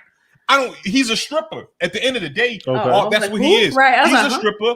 All you're doing is paying a stripper. It's the same thing you would pay and as a lap dance or anything like that. That's fine. You're providing a service. You can fantasize about Max Power. You know when I'm concerned about Max Power, when Max Power enters my plugs. You know what I'm saying? When you put that shit in my outlet, me and Max Power got a goddamn problem. So he can cut your grass? Fuck that shit. What? Max, yo, you cut the grass? I appreciate that, dog. Hey, my wife loves your OnlyFans page. There you go. I'm not worried. That's what's up. Hey, that's what's up, man. I love it. I'm secure. If you're that good, then I'm secure. I love it, man. My shit. I'm so secure in my shit. It's like this because one thing I have learned in all my years of being on this earth, you can't stop no goddamn adult from doing what they want to do. So guess what? Me stressing it ain't doing. I'm too selfish. Right. Because stress kills people. I'm too selfish. And you can't think that you're the only one out here that's right. You know what I'm saying? It's somebody that's gonna be out here that's gonna catch the eye. Of course. It's like this. When I say this right here, are there, you know what I mean? And we can all as men, when we have to realize as men, and there is a bigger dick than you in the world. Everyone, as big as your dick is, there's another person out there with a bigger dick. And guess what? And then what you in your mind, you have to realize, you have to still inside your mind, big dick doesn't mean good dick. See what it is? Max got a nice photogenic dick. It's photogenic. Oh yeah, look at it. Look how it just lays. It's always oiled up. It's great. But guess what? Max can't fuck worth shit.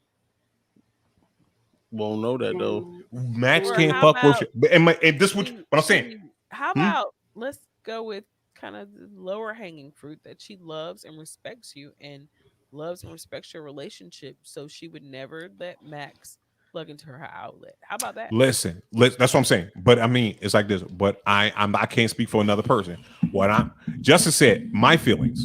I said I don't care. She can look at all the Max Power she wants to. Shit, you know what I'm saying? As long as Max ain't outside his front door swinging his meat so my daughters can see it, I ain't got no problem with Max doing what he do. Get your money, dog. Get your goddamn money. You know what I'm saying? Come to the cookout. And guess what? And normally it's like this. If it's a person like, as a man, if you had an OnlyFans page, I'm talking about this, and this is for the fellas. If you had an OnlyFans page and you knew your next door neighbor, wife subscribed to your OnlyFans page, as a dude, you know what you're gonna do? You're gonna absolutely do everything in your power not to seem threatening in that situation. You know, hey, bro, everything good? You checking in? You gonna step away from the wife? You know, I'll send some sodas over. I ain't coming over. You gonna try to do everything in your power to be like, I understand that my respect level. You know what I'm saying? And then, you know, boom, that's what it is. Okay. Porn is fantasy. Max Power's out there. Max Power probably got herpes or some shit like that. That's what I think. I'm like, Max, you got herpes. You don't. Ain't nobody dick that oily. That's that herpes. That's that herpes salve. Did he say salve? Did he say salve? He popped the bubble. Is it herpes? Is it the real herpes or is it just like it's herpes, right? shout out Avery, yo. My man Avery or whatever. He's a comedian. You got that shit. But yeah, man, like I don't think you should worry about it. Another thing we need to talk about, though, speaking of something crazy, let's talk about the nice executive at Nike. What happened at Nike? Here it is. I'm gonna show you this right here. Here's the article right there. Okay, but explain, Nike Lucy. Executive quits. I can't hold this phone. This Android. Get it up. Oh no! That's why your number's going down. Yo, don't subscribe. Don't subscribe to Justin OnlyFans page. Come over to me and P Nominals. You know what I'm saying? You go. We DJ and strip at the same time. No, make it stop. 2-for-1 combo. Candy doing the background for our OnlyFans page. We're gonna do body paint. But nah. So Ann Hubert, or Hebert, whatever. Ann Hebert, son is he sells he has a sneaker secondhand sneaker selling shop or whatever. Okay. He brought $132,000 worth of limited Nike edition sneakers, basically for his own resale company. Basically, what they do is, if y'all know anything about the sneakerheads and shit like that, what they'll do is they'll say, "Boom, I got some Pumas on." They'll take these Pumas; these might be limited edition Pumas. In a store, they may be $80. But if Justin owns a resale shop, he comes in and buys 200 pairs of them to make them rarer. Now everybody wants these Pumas. They're only $80 in the joint, and then when he resells them, he can resell them $200, $300, $400, depending like on the Supreme documentary. Yeah, Right. So that's a good example. What he did was he used his mother's employee card. Nike, she works for Nike, and got the employee discount. And got the employee discount. So to Bishop, buy the article I read said he bought the latest Yeezys that dropped. Adidas. Yes. He used his mom's corporate. He used his mom's Nike corporate credit card to buy an ass load. I don't know the dollar amount of the ass to load. buy Adidas shoes. To buy Adidas shoes, and I had to even ask, when I read the article. Adidas. Like, I think Nike owns Adidas, don't they? No. That's what I had to ask my kids. I was like, does Nike own Adidas? So so they think that the whole issue came up because on her corporate credit card there is $100,000 plus. I don't remember the was number. beef. Right. Beef is when you that's beef. Adidas purchases, right?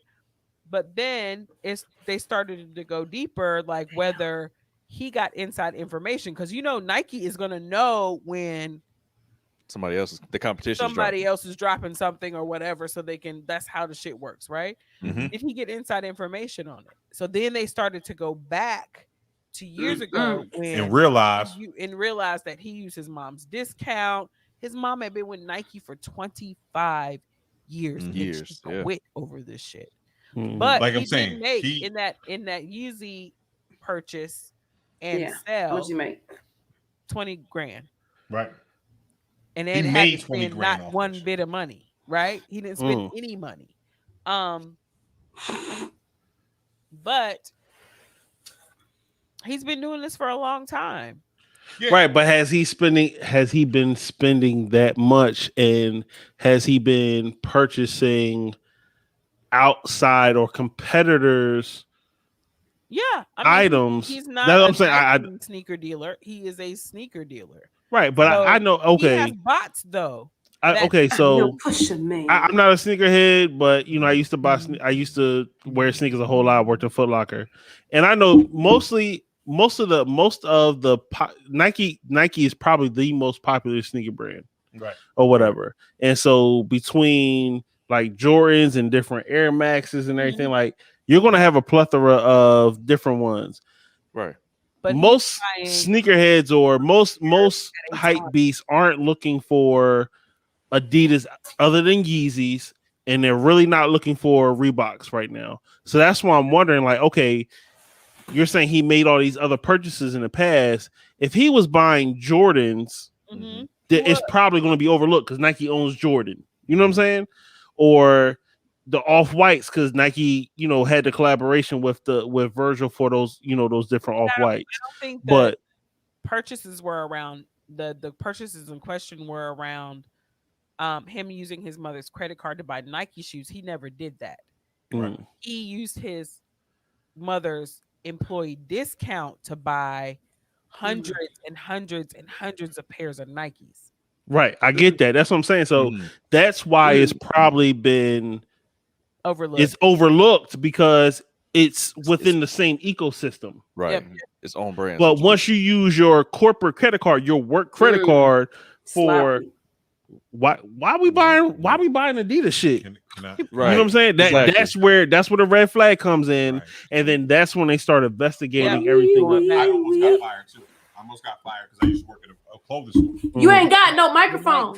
Your mic. My mic. No, you getting my mic. Shit. I'm getting shit. I'm good. My mic don't sound nice. Look at the. Nope. I don't know. You coming in on just there? You are. There we go. Okay. How's that fun?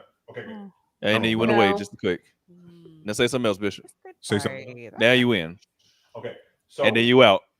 Bro, I don't know what's going on. Just hold it, Justin. Just hold it. Just hold it for him. Hold it for him. Oh.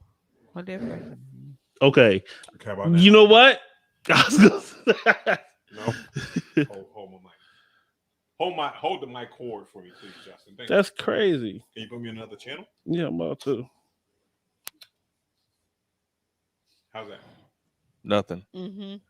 Just sounds perfect, but we can't hear you. Is that that I forgot to say is now? that in an interview, like mid-interview, he realized he fucked up and said he asked the reporter not to use his mama's name. Yeah. Because he's like, and I talked to my kids about this. My kids are, I have two 18-year-olds and a 17-year-old, and they were like, "This is basically Caucasity. This explains why we say Caucasity, because they've got friends that are in the same predicament. They buy sneakers, sell them for a higher price, but Caucasity is some shit that you just put on yourself, despite all the shit that's going on in the world and shit you can only do when you're wealthy." Right. You get paid money. He's making big, like he had whole like storage unit warehouses full of sneakers. Yeah, because he had a business. He had a business. You know what I'm saying? So any sneaker person has business, but it's the way you got it. It's the way you got it. Like I said, I almost got fired one time because one of my employees, I was assistant manager, and they came in. They came in my store, and they brought everything. 5 cats came in and brought everything. He's my man's cousin because we had a friends and family discount at my store. So they came in 5 of them and brought. When I say everything, everything. Let me get one of those. Let me get one Rockaway jean suit. Let me get that one in the 2X. And they racked up. And I think that one purchase was probably somewhere close to, when I finished ringing them up, it was close to like $2,500 for the whole store. And you know what I'm saying? So they boom. And they said, you know what? They pulled me in the office and said, but I gave them a discount. So it's actually $5,000 worth of information. I mean, worth of merchandise, but they got it at cost pretty much. And they was like, yeah, we give you guys the friends and family discount so you guys can share with your family and you can buy stuff. And he was like, you can't do that. He was like, not for you motherfuckers to come and clean us out. Because they cleaned. What I'm saying is they cleaned out the store where they could have made 80% on the actual dollar. Because you're talking about a Rockaway suit back then, it's $150, right? They're buying a Rockaway suit for maybe what, $40, $60, and you're only getting fucking $40 or budget line, right? Like motherfucking $50 on a suit, and then it's like, so again, when you do it that way, when using that employee discount, you're cheating folks out of. You're driving up the market, and now you got a warehouse full of sneakers where someone that should be able to afford the sneakers that work their hard on money, you buying up all the fucking sneakers from people that could afford them. And sneaker culture has been bastardized. It's if anybody who plays the game still, I don't know how I feel about it. Like, because it's not the same thing. I'm cool with doing this shit right here. If you doing like a one-off shit, like Supreme and Nike do a fucking one-off shoe. Right. That's cool. You only make 100 of them shits. Somebody get them. Yeah, that shit's supposed to do because it's a collector's item. Right. But when you getting the Jordan 4s and you just buying up all the Jordan 4s and they're supposed to be for mass produced, like, yo, they're not special. But then you make them special by not, you know what I'm saying? And I think that's fucked up. You know what I mean? That's fucked up that he did that. And then he fucked up and stitched on his mom, yo. That's crazy. Yeah, it is. But for Yeezys, though? I'm gonna make sure that when I do my interview, I don't snitch on my mama. Please don't. No mama snitching here. Don't snitch on your mama. Anybody snitch on your little brother, but don't snitch on your mama. Listen, you know what's bad. Do we know which Yeezys it were, by the way? Okay, so with the new Yeezys. The Adidas Yeezy Boost, the Adidas. You know what I'm saying? The Led Zeppelins. The Led Zeppelin Adidas. Nah, the Adidas Yeezy Boost 350 Zions joints.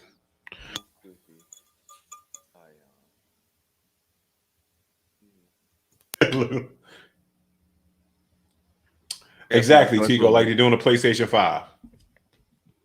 Oh yeah, it's been terrible. This makes my hair hurt. You know what it's like to push a button, to add to cart button because it's lit up and you push it and if like nothing happens and you push it again and it's still lit and you keep pushing it and then eventually when you can't push it, it says sold out. You cry inside. My brother was doing the same thing. He was trying to get a Xbox One and a PlayStation 5 and some. It's emotional. It's emotionally draining. I'm tired of bitches. So just to clarify, Justin, can these are the shoes we're talking about? Yep. Yeah. Yep. These you rip the cord out of Bishop's microphone and just throw it across the room, please. You might as well. Keisha. Please, yeah, it should don't really work. These joints right here. Yeah. Jesus Christ. Can you? I saw a dude with the ones with the croc looking ones on yesterday. I gave away some to like put on my neighborhood Facebook page that I had an ottoman to give away. And the chick hit me up. She's like, "Yeah, I'm sending my boyfriend." And so my son, no, we didn't. Anybody strange comes here, he stands behind me, like my biggest one. He stands behind me like this. He's like, "Who that?" So dude was outside. He was like, "Oh shit," he got on. Nah, he didn't say shit. He wanted to. But he got on the Yeezy crocky with the holes in them, whole shoe looking things. He just brought the Yeezy Crocs are hideous. They look. He been waiting for somewhere to wear them motherfuckers too, Keisha. He been waiting for somewhere to wear them. Around, it'd be like the slipper. It's probably like to him the slippers that you wear because he can't really wear. You can't coordinate that shit with him. He be stunting at the grocery store. Yep, that's grocery store, errand running. Check. The dog. Yeah, to go. Yeah. I hear myself. Oh, there you go. Sorry, we just. You know what I'm saying? But yeah, man, fuck that shit. But yeah, man. Like, allow people to buy their fucking shit, man. Just don't use a corporate or credit card, especially with a competitor. Exactly. Not with a competitor. I mean, look, if let's say you got you work for Apple and you got buy your Apple credit card and use that Apple card with some Apple shit. You know what I'm saying? Right. Don't go buy some Samsung. You know what I'm saying? Don't get no competitor. What I'm saying is right here, but don't buy. Like my thing is right here. And then 130,000. Like if you're blessed, you think they would notice? My thing's right here. If you're blessed to have your mother work at Nike, and you get to run a business, a shoe business, you get to run a sneaker business. You're supposed to be smart. Don't do dumb shit. Like no, go. Why we blaming her? He could have just took it. She ain't know. Right. You know what I'm saying? But she probably did. Yeah. He quit. He probably did. They probably was like, "Hey, you either get fired or we gonna give you the opportunity to resign." And Nike, and what Nike did, they was like, "We didn't fire her. She resigned." So she that way she gets her pension. Yep. Yeah, she can get a pension. You know what I'm saying, like, we understand it's not your fault, but you can't work anymore. But the optics, ma. We gotta let you go. And like I said, Nike is a cool company outside of having sweatshops. You know what I'm saying? So it's all that. Hey. But do you think that so somebody was going to find out about this, if she hadn't quit or was fired or agreed upon or whatever, it probably would have never hit the national.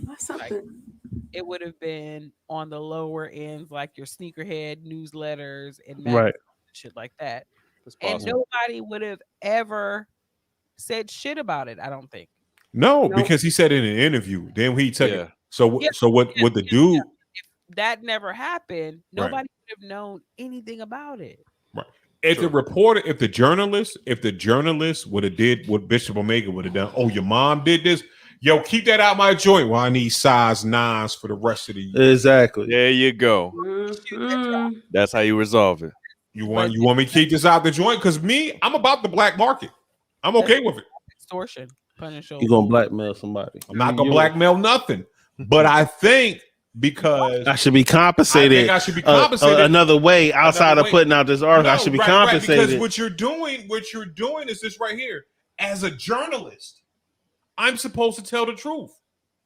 As a journalist, I'm supposed. So you're saying I should compromise my integrity, my journalistic integrity, my journalistic integrity, sir. That's the exact definitions of bribery. And that's what I was thinking. That sounds like it's a bribe or blackmail. Hold on. How it is. Thank you. You're asking. Hey, just how it works. Hold on, Keith. I wrote the article. You said your mom's name in it. You slipped up. I'm writing this article, and you say you mom's name out of it. I'm like, no. You didn't say off the books. I'm supposed to write this. No, please keep my mom out. So what you're asking me is to compromise my journalistic integrity. and then you would have been extorted if you accepted whatever payment in the form of cash. What I'm saying is this right here. I'm not against. Venmo. Hey, you want me to sweep this under the rug? So extortion's illegal? Yes. Yes. I'm not extorting. I'm just saying running red lights is illegal too, right? Yes. I don't do it. Oh, okay. Keep but going. my thing is right here. My thing is right here. But what you tried to do, you tried to compromise my. Now, if you would have said, "Hey, listen, can we do the interview over for 9 pairs of Yeezys?" Sure. What I'm gonna do now? I accidentally deleted my phone. So where's your integrity? I never had. I never had a pair of Yeezys. I heard they come. I painted some. I wanted the red October. I wanted the Nike ones, but I never liked the Adidas ones. Yeah, I heard they're just super comfortable. I heard that too. But I looked at a pair. I was going to buy a pair one time. I was in Miami, and when he came out with them, I held them out. I was like, It didn't. I didn't like the silhouette, right? And I'm like, silhouette. The girth won't right. When the girth is wrong, you know. I found a pair in a thrift location, and it was half off close day, so they ended up being like $26. And of Yeezys. When I got home, it's the grayish ones. I think they're all kind of that color, but the grayish ones with the like moon boot soles, high top ones. They were some of the early, right? And so this particular pair, I guess there was 2 editions made. So one something else, it was like cost way more, and then there was one that cost less. And so when I got home, the boys looked it up, and they originally thought it was the higher price ones. And today they would be valued like $3,000, but it was the lower cost ones, and they were like $300. Okay. It's like this. It's kind of like when I thought the story was going to end differently. Remember Nike used to make the low cost everything when they had the up tempos, but then it had the up tempos without the full body. They didn't have the full sole on it; just had the bubble. Okay, remember them shits? No, with the but air I got you. The ones with the air big on them. Shits. When they had 2 pairs of those. They had the ones with the sole that was in the back, but then they had the up tempo ones that had the full 360 bubble sole. Okay, so it was like this. It was kind of like rocking Tim's without the leather top, right? You know what I'm saying? Like double sole, the butt nakeds, the butt naked. But they make the Tim with the leather, but not the double sole. You can't. You gotta have a double sole. So you gotta have a double sole, unless you that soul. You rock chuckers. You can rock the chuckers, but no, they got a mid or high, whatever you want to call it, that has the leather but doesn't have the double sole. I was like, I seen that. I was like, what? You can't do that. Because dude was like, I was like, let me get the Timbs. He was like, which ones? I was like, the joints with the high. And came out, I was like, nah, I meant these other ones with the double sole. And he was looking, I was like, nah, I don't want that. Like, So gentrification? Is that gentrification? No, it's not gentrification. That's personal style. You cannot rock. How's that gentrification? Explain that one. Girls can wear the single sole Timbs. Hold on. Explain gentrification with Timberlands and explain that one. Justin, it's your fault that you think what I said was supposed to make sense. Okay. It is. It is. What? That's that is. You know what? Right. You are 100% correct. You cannot blame Candy for Candy. But see, that's why I asked to explain, because it didn't make sense. And I seek to understand always. Listen, I appreciate your intellect. She's not even. Candy is just candy. Candy is out. Candy is going candy. Candy is going candy. That's it. Candy is gold candy. Listen, that's it. Hey, yo, Candy, you got any random shit that you want to say tonight, man? Because we almost. We ain't talk about the All-Star game. We ain't talk about the All-Star game. We ain't talk about D'Angelo and his verses with friends, which was a concert. Let's talk about that first. Let's talk about it. Look, did you watch it? I didn't watch it. I saw. Wait a minute. It won't Wait a my minute, vibe. Justice I ain't do it either. Justice going Just. Yo, Yeah. you know, it's like, listen, just like, yo, I didn't read that article, but fuck it, I'm gonna make my I'm own. gonna talk about it. I'm gonna formulate my own opinion Oh without. my gosh. But what do I say? I'm uneducated on this. This is just I'm speaking for right I'm now. going Yo, off I watched it. Yeah, exactly. I'm agree or disagree with everything you say. How it sounds. But nah, Anybody watch it? Did you watch I it? watched it. Go ahead. No. No, I watched most of it. I didn't watch the entire thing because there was points in time I got bored with it. I just drifted off and came back. But of course, the intro, the warm up had DJ Scratch, so I was all about that part. But when D'Angelo came out, a lot of comments I saw online, they were like, "Yo, I didn't know D'Angelo was short." He was wearing this giant, I don't know what you call it. It was alpaca. He had this giant alpaca 100% coat that looked like watch that shit. Same shit. My beer was. Yeah, he came over with this giant alpaca joint with the hat. He was playing the piano. He had a few guests come out. Method Man and Redman came out. Her came out, which is the highlight of the night when I love her when they got together and sang, which is pretty tight. But I mean, he sounded good. One thing I did find out after the fact from the live with Swiss and Timbaland, the Friends was supposed to be Maxwell apparently. Right. Yeah, that was supposed to happen on Valentine's Day. Right. Yeah, but it didn't happen, and they never said why it didn't happen. Why? Yeah, but it just didn't. Okay. And D'Angelo still wanted to do the show, so they rescheduled, and he did it. I had an awesome time. It sounded good. I'm older. I'm a lot older than most of y'all. What's that mean? Key, can I ask you a question? Did you throw your panties at the computer? You know, Key don't want no draw. And that's no question. She wanted a free spirit. Okay. Oh God. Anyway, Keisha, don't let him distract you. I was asking you a question about nope, stop it. I was asking you a question about your age, referencing it to D'Angelo. No, but he is like my generation, right? So when he came out, I was what? Well, D'Angelo is in my generation. I mean, y'all grew up with him, but he's all right. Part of my what he was about was going on. Yeah, I don't understand your statement. Why are you trying to argue? What's going on in a 20? She like she's the only one that listens. He's part of my generation. No, hold on. I'm gonna yes, you're a couple years older. I get it. Listen, no, but y'all not gonna gang up on Key. No, but I'm 46. So when he was this music was coming out probably when I was 23. Okay. 24. And I was 18. There's a huge bunch of living that happens between 18 and fucking 24. That don't mean a nigga can't like music. But the music is still music. Furthermore, I was there at the Black Lily when he was performing along with. Tell her, Justin.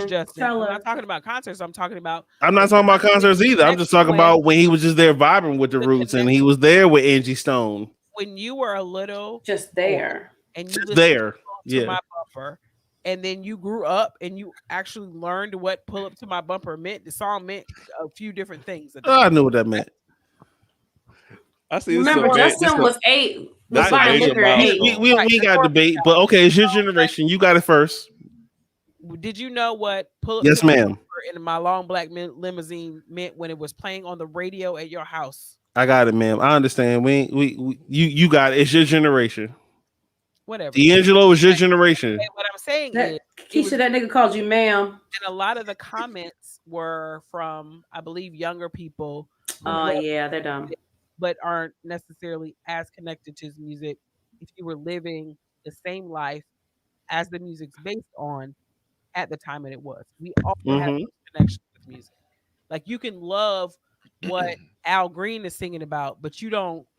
No, because you don't feel that shit. If you hit different, you love it all you want to. You can agree. You wasn't going through a breakup when Al Green dropped that shit. No, I got you, but I was there when Brown Sugar first came on the radio. I was there too. I was there too. I was outside. Nigga, we was all together. Don't y'all remember? Right, we were there. You know, I wasn't there. So with Al Green, no, he was not. No. Okay, fine. Anyway, I enjoyed it. I think it didn't have nearly enough viewers, but it was publicized as one thing and it turned out to be something else. Yeah, I think it was confusing marketing. Was it supposed to be something else? Because it said D'Angelo and Friends.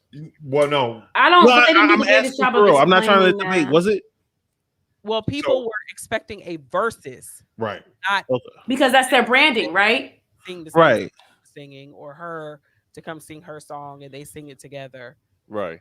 That's not what people were expecting. Well, this is kind of the same. We wanted to hear you play your goddamn track. Right. I play my track. Right. But that's what. But it came out. This is just me. Once again, I got a GED education. When I saw D'Angelo and Friends, I wasn't thinking versus. Right. Because it went as far as to say versus presents. Right. Like, hey, I we're knew putting it, this but concert once together. I saw that it wasn't D'Angelo versus Maxwell or whoever, when I saw D'Angelo and Friends, I was like, okay, he gonna be with some people. But okay, Justice, we have to do. We have to. That's the job. Just saying. No. This is me and my uneducated. Judge, hold on. It's the reason why we have a podcast, because we have a whole bunch of people out there that do not participate in common sense, or do not participate in just seeing, like you said, or just reading versus presents D'Angelo and Friends. What they did was this, right? Oh, it's a versus. Who is D'Angelo? Why he versing himself? You know what I'm saying? I was like, I saw that a lot. Instead of enjoying the fact that D'Angelo came out in his bearskin rug at all his It won't his. and all his 5'7"ness. You know what I'm saying? Shot. You know what? And it's like, I really thought, I was like, okay, he gonna do some that wasn't so Aquarians, but like I was like, all right, he gonna come out. It's gonna be him, Lauren, Angie Stone, maybe Floetry. I was like thinking like it's this gonna too. be everybody, Music Soul Child, like everybody that came out around that time. Like awesome. they gonna be everybody Exactly. gonna be out there vibing. right. I was thinking that too. That's what I was thinking. And then when I seen Right, DJ 'cause they were Scratch gearing and him playing on the piano, I was surprised. I was like, that's Right. not what I expected. And I think that has a lot to do with what Keisha was alluding to as far as viewership goes. They had some people who were thinking common sense, like what you're saying. They were like, okay, it's going to be a bunch of people who came out around that time who all have this, neo soul type vibe, that same Neo energy soul, that that's D'Angelo has. Yeah. Right. And then it wasn't that at all. Right. But it didn't go according to plan. So like, I mean, it wasn't as advertised. It wasn't what we thought, but it still turned out good. Right. We got to still appreciate D'Angelo for fucking still want to be active. Now, only thing I didn't like was that he was out. Scratch was out there for like a whole hour and some change, which was cool. But if you tell, I guess I'm one of those punctual people. You tell me 8:00, I'm expecting some shit to start 8:15. I agree. But when we say this right here, to go with that, there are stories saying that D'Angelo was so excited he showed up to the Versus Studios 3 hours early. That's cool. Yeah, he was there. He was in the building, as all of them should be. You know what I'm saying? He was in the building. But we know. But don't you know? So it's like this. You did 3 hours ahead of time. Like I've done sound checks. You've done sound checks. It don't take 3 hours. So it's something else going on that probably delayed it. You know what I'm saying? So I mean, I don't think D'Angelo was on cocaine no more. No, I'm just saying that I'm not saying that's my gripe with D'Angelo. That's Maxwell. I'm just saying in general, and it's been plenty of the verses that have done that. They started late. Almost all of I them. personally don't like that. Right. When I turn it on, you want to see your. I'm ready to see some shit. I want to be late to my shit. Right. Like yo, I want to be like, what I miss? I need you already be in Devil's Pie already. You know I need you to be already halfway through the Belly soundtrack. Yeah. So that's like I said, that's just me. But I didn't I didn't necessarily think that he was gonna be versus anybody. Once I saw that it was and Friends, it was like, okay, he's just gonna have a jam session with some people, and this is what it's gonna be. You know what I'm saying? Like I said, I ain't the smartest man in the world. I got a GED, but that's just what I thought. I think not. I don't disagree. Sure. Okay. Yeah, I don't disagree. I can't. That would have been nice. But I mean, that would have been nice.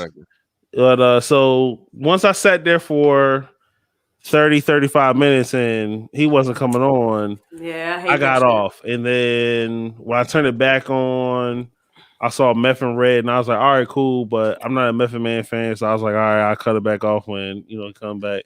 And Yo, you don't like Method Man? Why you like Method Man? I just never been a Method Man. Like, I'm just not a Lil Wayne fan. I'm not saying that he's corny or that he's not good. I'm just not a fan. I'm with you on that shit. Like I'm not a Pac fan. Candy, I saw your face. What's going on? I'm not a Pac fan. Pac doesn't reach me. No, but I mean, I've had this. I think I've had these, conversations before. Like, I just, he's okay. He's just okay. Like you. Let's talk about my man. Like, Bring the Pain is a dope ass song. Right. Makeups to Breakups, cool ass song, even though Joe Budden wrote it. But so it's You're All I Need to Get By, classic joint. Mm-hmm. But I'm just all right, cool. Method don't hold you. He don't. He never did. Like Method album. I'll say because I kind of agree. I can't listen to his album. I like a Method Man album. Mm-hmm. Outside of Tikal and maybe Tikal, the second one, like they, 421. Tikal, it's like they don't like. But Tikal was when Tikal came out, I was impressionable. It was like who had what just. What is that an acronym for? 13. Tikal is an acronym. What's Tikal? What's the acronym? Never was a fan. Something I don't know. I forgot. If you could look it up, P. Let us know, P. Put it up, please. But so like when Tikal came out, it was like, all right, cool. You know what I'm saying? Mm-hmm. Because that's the first time you got to, I'm just getting into really understanding what rap does and these lyrics and everything like Method that. Man, and that song too. It was like baby food, like Method Man album. Some of those joints were easily for my mind to palate. You know what I'm saying? But okay, I can fuck with Method Man because his style is more simplistic. So Tikal means taking into consideration all lives. That's what it says. Mm-hmm. Taking into consideration all lives. Just like Yawa. Joel Ortiz used Yawa. What does that mean? Something. Your world is yada yada. Whatever. Your world is yada yada. Your world is yada yada. But okay. Like I know the YOLO joint, but even like going into Wayne, like it's a lot of people that think Wayne is. And I'm like, all right, Wayne is just regular to me. Don't get me wrong, he got some dope songs, and I'll listen to those songs and I can play those songs. But to me, he's consistently inconsistent. He can have a few bars, and he's like, bad though. I'm like, damn, did you hear that? Right. But then I'm like, what? Right. So what Wayne is this right here. Wayne is the perfect person where I like to say you have to use the right amount of drugs. Right? Because it's like this. When you use when you get into a place and you use the right amount of drugs where you're sober enough and drugged up enough and you go in your creativity, that shit can motherfucking you know what I'm saying?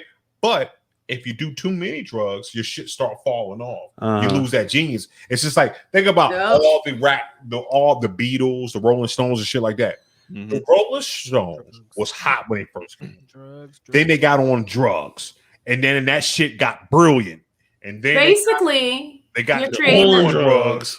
Then that shit got trashed. And then they sobered up and then music got brilliant again. You know what I'm saying? It's kind of like one of those things. It's like you gotta pay somebody. This is the lesson that no one seems to learn. You have to pay someone to give you a drug. Yes. As a drug dealer. To pay attention. No. You have to pay someone to like pay attention to your dosage. A pharmacist? A street pharmacist? No, an assistant. It's like you have a drug dealer. Right? No, because you can't pay a drug. Like Candy for real. Candy's right. Candy is saying this right here. No, you have a person. You say, hey, Bishop Omega, go get me 3 pounds of fucking weed. And I'm like, okay, that's my job to go to Keisha, who's a drug dealer, get the 3 pounds of weed. But it's my job right here to filter the weed to you. Like, no, I'm going to give you the sativa today, and you smoke this ounce of sativa. I'm not going to also give you the fucking indica and the hybrid and mix that shit together. Whatever, nigga. Whatever you put in the room. You know a lot about No, weed. I was just mixing it up just to mess with you. So You said it right. Right, I said it right. But listen, so at the end of the day, you know what I'm saying? I'm not going to give you all 3 strands of weed in your blunt that you want. I'm going to go ahead and crush it up. I'm going to give you a little bit of this to get your ass in the booth so you can sing your goddamn song. And then somebody can somebody can pay attention. We can do lean. Thank you. We can do lean. Appreciate But it. I'm saying, and they can just pay attention. Like if somebody else's job is to pay attention to when you're too high and you make a shitty song, that's somebody's job. Right. Hey, right. I'm just saying, like you could. You be my person. I'm working on my EP right now, so I need you to tell me when my songs are shitty and when I should be higher or when I should tone it down. I will. I'm not. I won't lie. You need to smoke a little more. You need to take another bite of this. Here, eat this. Oh no, here, drink some more of this bourbon. This is a bourbon song. This beat is bourbon song. You ain't had enough tequila. I can tell by the way your cadence is. You ain't on yet, bro. You ain't on yet, bro. You know what I mean? You need to put that. You need to put that Jose down. Pick up this Don, yo. Oh man, this is stone sober beat. Don't do nothing. You know what I'm saying? See, that's why P Nominee ain't successful. Ain't nobody. I don't do none of these things you're talking about. Every time we get into this conversation, I just let y'all go. Because I ain't fucking with none of that. Yo, P Nominee on drugs. Can we put P Nominee? Like he would probably be in his switch. Like I think if we gave P Nominee ballet dance, he would have nipple rings and be on switch with glitter on his chest. Like yeah, we'd have to worry. I agree. What? Like P Nom, I can see P Nom. He would mix 2 albums. Like he would mix the instrumentals to Good Kid, Mad City, and the instrumentals to what's the Kanye joint with the red album? My Dark Twisted Fantasy. Yeah, like he would do the instrumentals to them joints. Put the vocals for the deep dark. Yeah, you'd be like, this is what I was thinking about. P Nom on with baby a little bit. Aspirin? You know what I'm saying? If you put P Nominee on some baby aspirin, some ibuprofen. You give him some 800 milligrams. Give him some 800 milligram ibuprofen. Boy, we got a classic on our belt right now. 2 cups of Robitussin. The Tussin? The Tussin. The purple joint too? What? You can't tell him the nothing. illest nigga. We about to be the illest nigga in Nebraska. That mother drank 1 4 Loco. P Nominee. P Nom out of here. P Nom gone. Keisha said, "Fuck y'all P Nom out of here." I'm gonna let you finish. I'm gonna let you finish. But... okay, I was like, I said, where Keisha go? maybe one day. I don't know. That ain't for me though. Yeah, but yeah, man. What else are we supposed to talk about? We talked about that. We talked about everything. We talked about everything. Anything anybody else want to talk about? The floor is open. Hold on. Is there one? How y'all feel about that? How do you guys feel about the truncated NBA All-Star? Everything is truncated. Truncated means it's short. You can't be speaking big words in front of me. I told you I did not graduate high school. Oh, I'm sorry. I want to apologize. Study for the SAT. Lack of elocution. Somebody says you need a blunt, P Nom. 1 blunt. Who's DJ LA? DJ LA says you need 1 blunt. Forever. No, LA. Listen, no. LA, he just needs the same blunt for the next 6 months. Like he gonna put that shit in the freezer.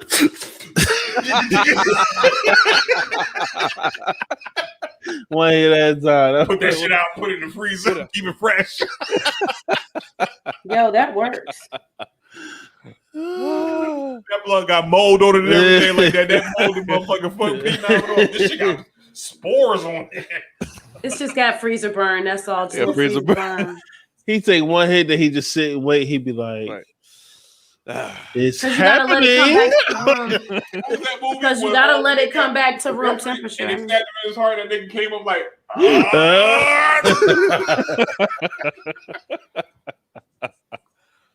yeah. Just lay that dude P Nominee on an air matcher in front of his DJ booth, let him hit that blunt.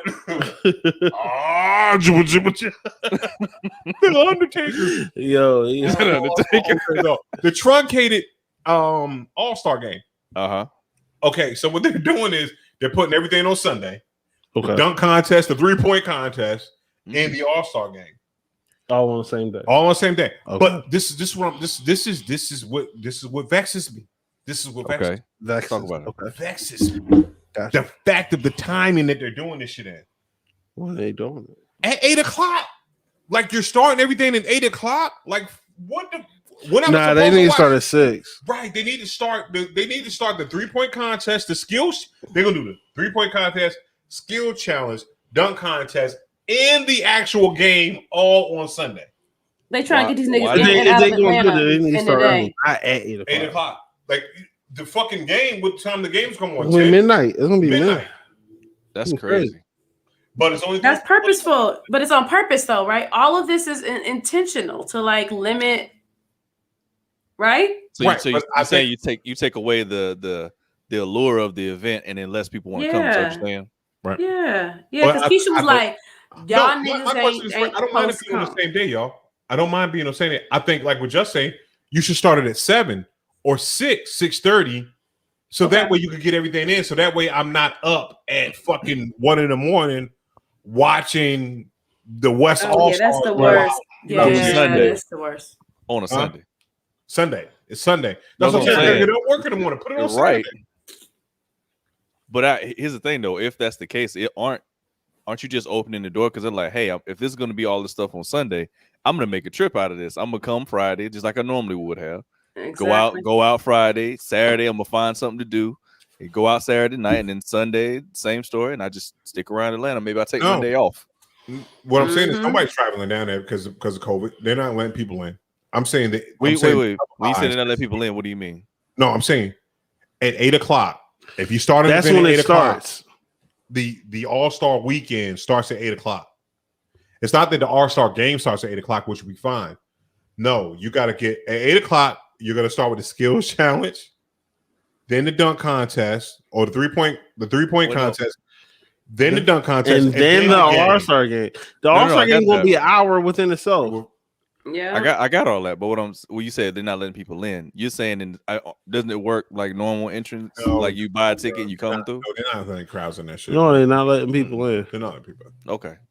I'm just about if I want to enjoy my. Now you're gonna have people down there just to catch the vibe, right? You're gonna have some people down there trying to be around the NBA players or whatever. Pickle or some it's gonna be like packed that. Because it's all Atlanta's been packed. Like Atlanta's been stupid. Atlanta and Indiana, both places acting the same.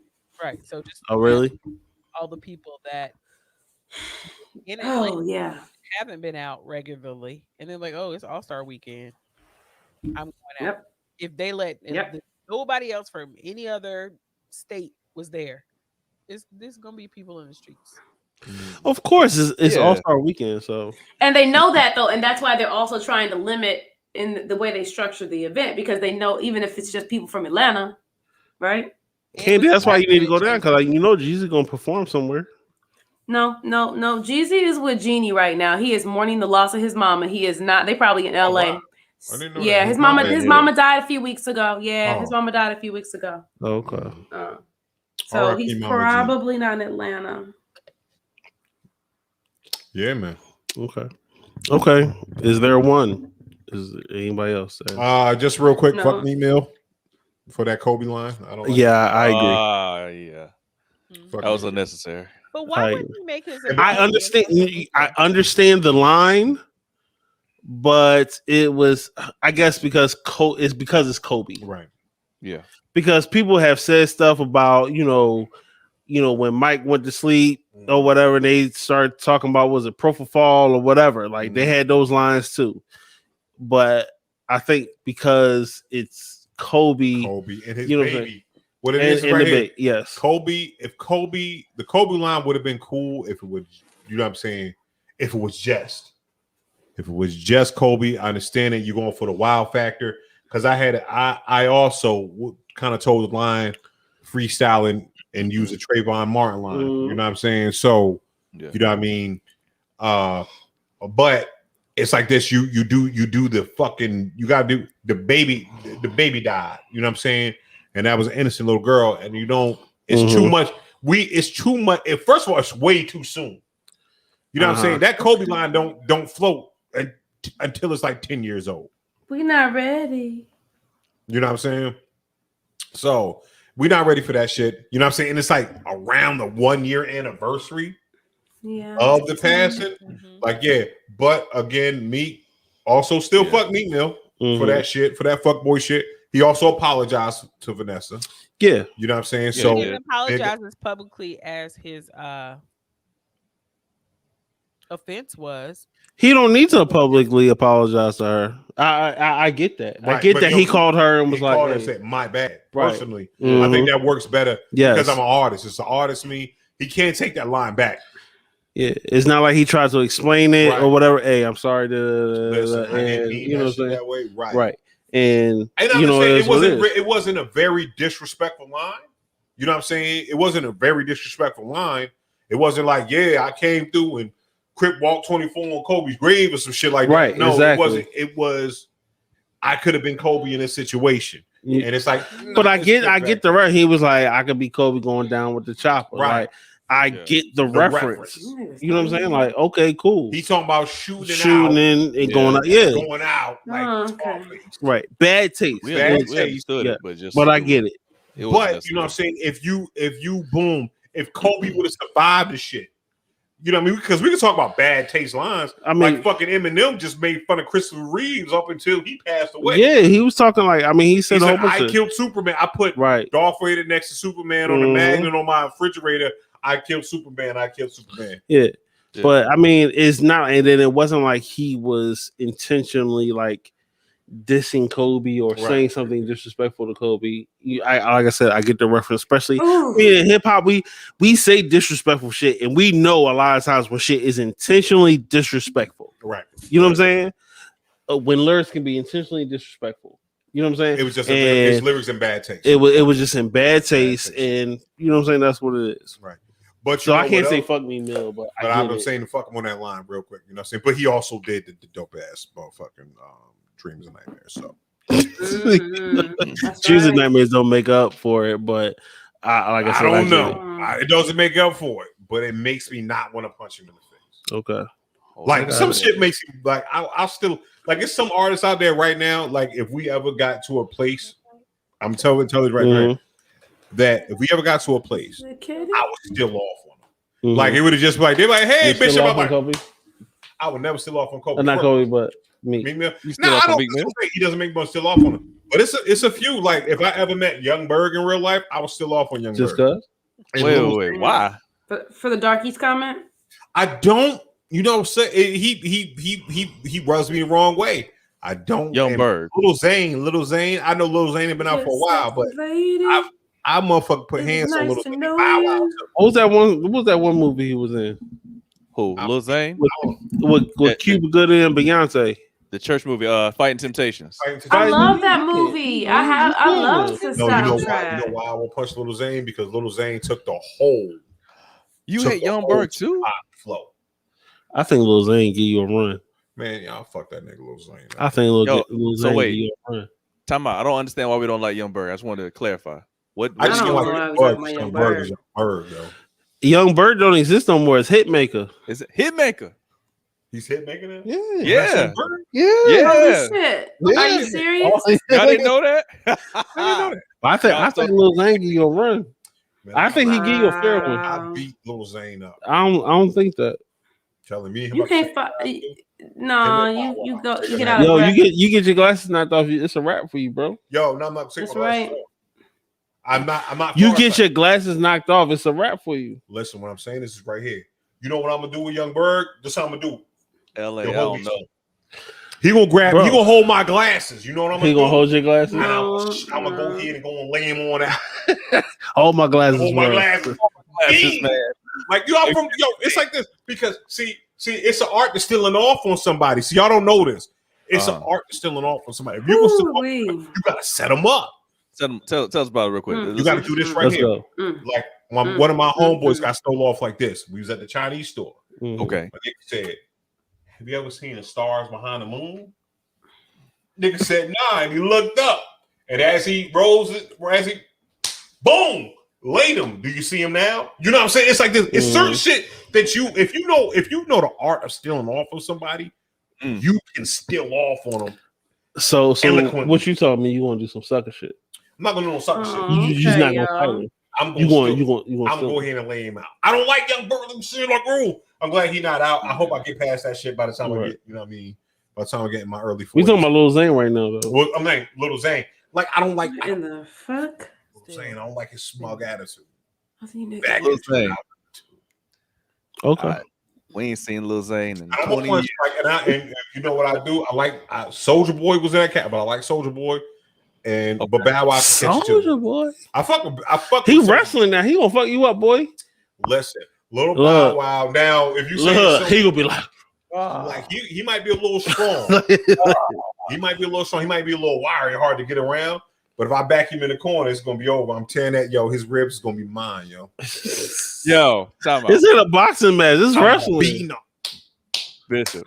Then we just have a full conversation about these terrible promos last week. And you said if I get him in the corner, I'm gonna take his ribs. Yo, do you have that video? No, man, I don't. I don't. I'm trying to play that next week. Oh man, the suspect wrestling promos. Oh, okay. Last thing, WandaVision.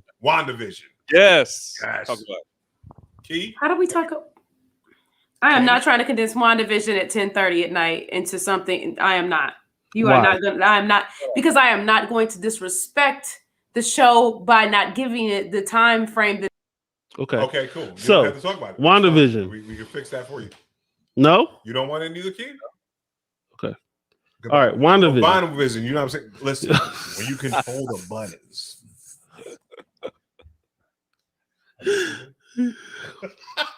Stop picking your nose, Key. Accusing that shit like I'm getting this motherfucker. So we can't talk about WandaVision. Can we talk about we can't? We want to save it for next week. We'll just say it for next week. Then we'll briefly say, was it a good episode? Yay or nay? Yes. Okay. Absolutely. I enjoyed it. Okay. I enjoyed it. I enjoy when black people get power. Full of surprises. Right. And clarity. This is one of those clarifying informational episodes. But Right, it kind of brought everything together because early in the episodes they try to make Wanda the dickhead. You know what I'm saying? They was like, "Oh, Wanda came in and fuck snatch Vision's bunny," and when they let her ass back there to fuck around. Right. So I swear we just said we was gonna wait.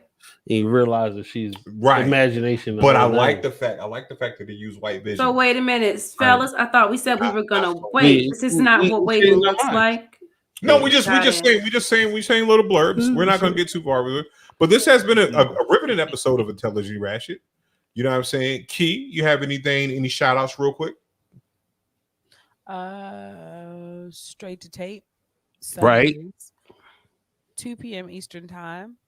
Bishop is our permanent guest host. See you there. I won't be there this week either because I'm going. Just give you a heads up. Key, does your painting change at night? Do you switch up paintings? Because that was a different. I switched. I haven't been on in a minute. So. Oh, okay. I got this at Ross Dress for Less. You know what? I like Keisha's home. Yeah. You know what I'm saying? Because Key will put you on. You be like, yo, that's a Rembrandt. Nah, keep like, I got this from a crackhead. I thought it was cute. Go up there. He's still standing up there. Go ahead. Yeah. So make sure y'all check out Straight to Tape Sundays 2 p.m. It's with her, Perry, Big Rob, Tico, and Bishop. Yeah. So make sure y'all check them out. Check them out on all streaming platforms. Shout out to all the crew on Straight to Tape. Word. Yay, we like them. Extended family, we appreciate y'all over there. Candy, what you got going? Hi.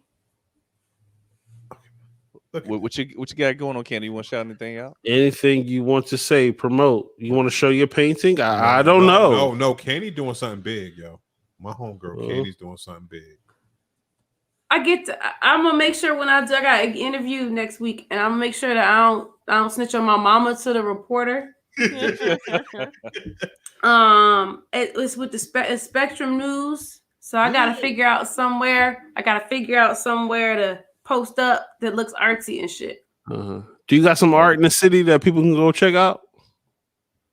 So there's some stuff at U Hill Wall and in front of Unscripted, and at 5 points across from BU Cafe Cafe, Shit, and in front of BU Cafe. Where else? And at the American Tobacco Campus, and now we're getting ready to do a second American Tobacco Campus mural. Where you at the tobacco campus? Right next to the ballpark. Okay. What? Look how Candy be solely shitting on other artists. Exactly. She just be looking like, man, she just out here painting in the city. I'm about to paint this. I'm about to paint a mural of Jesus shaking hands with Martin Luther That's King it. and Technicolor. You know what I'm saying? This is all good. Technicolor. You know what I'm saying? And you know what I mean? The Archangel Gabriel about to come down and give me like 3 paints. P9, what you got, good brother? Hey, you going on tonight? No, I'm not going tonight. I will be on Friday night though. Friday night lights, 9 p.m. on 9 p.m. Eastern Standard Time. So make sure you find me twitch.tv/DJPnominal. I'm up there all the time. So hey Pete, when you invite us over to play pool on your non-existent pool table? Never. Man, I just got the decorations, man. There's no pool table. I know you got that shit from the home goods store. I know what you're doing. I did, but it looked nice though. It looked good in the background. It looks sexy. It looks convincing. Just what you got going on, bro. Oh man, you know, just buddies. Yeah, Battle Buddies. Thank you, Candy. Check us out. So check us out on Battle Buddies podcast on Facebook. We're going switching. It was Paparazzi on YouTube. We're switching the name over. It's going to take a couple days to switch all that over. But yeah, it's me and my homegirl Dee, homeboy Adrian, all military people. That's why we call each other Battle Buddies. That's just a term we use for a friend in the military, battle or battle buddy. So that's what it is. We're actually going to be doing a blind speed dating thing. So if you're interested in joining and want to get on, try to holler at Dee. Make sure you come correct, but shoot us a DM on the Battle Buddies page, and we'll get it set up. You got 2 minutes to shoot your shot, and we'll go from there. So each person's gonna get to go on for 2 minutes. Oh, the date is 2 minutes. So all the contestants get 2 minutes, and then the winner gets an actual virtual date. Okay. It's so fucking fun. I have to come on, but I'm gonna get like false teeth and a wig and the whole. Okay, I'm with it. I'm with it. It's gonna be rude. I'm with it. Yo. I ain't got shit going on, but I do. But no, not actually. I got my EP coming out. You know what I'm saying? Gorgeous Asshole finally doing some shit with that. Also, I got some other shit that's popping off. I also got booked for a comedy show. Coming finally. Yeah, finally. Was that clap? Okay, it was after. Okay, I got you. You know what I'm saying? So I got finally booked for a comedy show, I think in April or whatever. We in the talks of that shit. So you know what I'm saying, where I'm hosting. I'm gonna host the joint and try to put some new jokes in and write some new jokes and shit. So yeah, man. Pandemic bitch. You know what I'm saying? Doing motherfucker shit. And Straight to Tape. Thank you. I want to say shout out to Straight to Tape for being understanding and shit like that. You know what I'm saying? For just like, yeah, bitch. If you just let us know when you can come back on and everything like that, and it's dope. Also, shout out to Kazi. I just spoke to him. He just recently had a birthday. And that happy belated birthday to both of them. Happy birthday to that. You know what I'm saying? Yo, like 34th birthday. You didn't tell you the real age because you're real friends. I don't want to get my ass kicked. Make sure y'all check his album out, 1,000 Shades of Black. Yes, and make sure y'all check him out on UNC Radio. Yep. Inside Voices. Sundays at 2:30. Yeah. So yeah. That's how you know we support motherfuckers. Also, shout out to my man, real quick plug. The Sana Hanu has a book out. Please go to Sana Hanu's page. He was the first guest on Intelligently Ratchet. So I want to say, yo, he has a poetry book that's out right now. So please support him. And the first 20 people that get it, you get a poster with big poster with other people's poetry on it. It's on a poster and everything like that. So shout out to other people like OPP. Okay. Other people's poetry. Right. And lastly, the last two things I want to plug is make sure y'all check out the Palace International.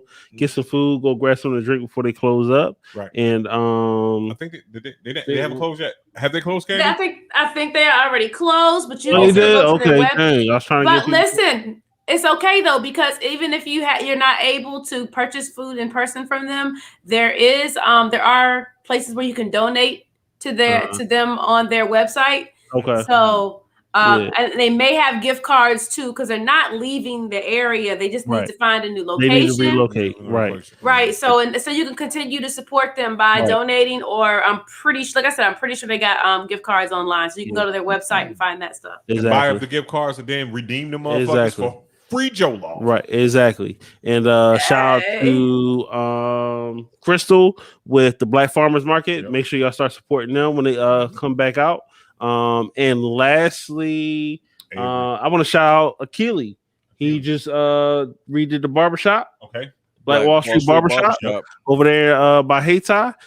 So make sure y'all go check him out and cop some merch, get a haircut, get a line up. And support Avery. Support Avery's album release. Flyboy A, my man, Flyboy A. I gotta get on SoundCloud. You know what I'm saying? Pokemon Go. Pokemon. It's the ad libs for me. Yo, he be getting it. He like, I said, yo, where this little boy get this? Yeah. Hey, and then he did it, and he did it with Chris, right? Uh-huh. So what's Chris? Young Ja. Young Ja. Young Ja. What the shoelace Chris? What? Yo. Shoelace Chris. Yeah. Yo. I like when he that. got on, like Chris has a great rap voice. Like for real. Like when you listen to him, you like his tone, and he's in his pocket. And when you meet Chris is so fucking respectful. Appreciate it. He's chill. Like he's so fucking chill. Mm-hmm. But Chris rapper song is about to be a motherfucking problem. I'm about to put the whole battery in Chris back. He gonna be cussing and all that shit. He gonna join the fake gang and all that. All that. We in that motherfucker. Exactly. Making up new shit. Fuck that. We like bing. Like exactly. Bink gang all day. Bing gang.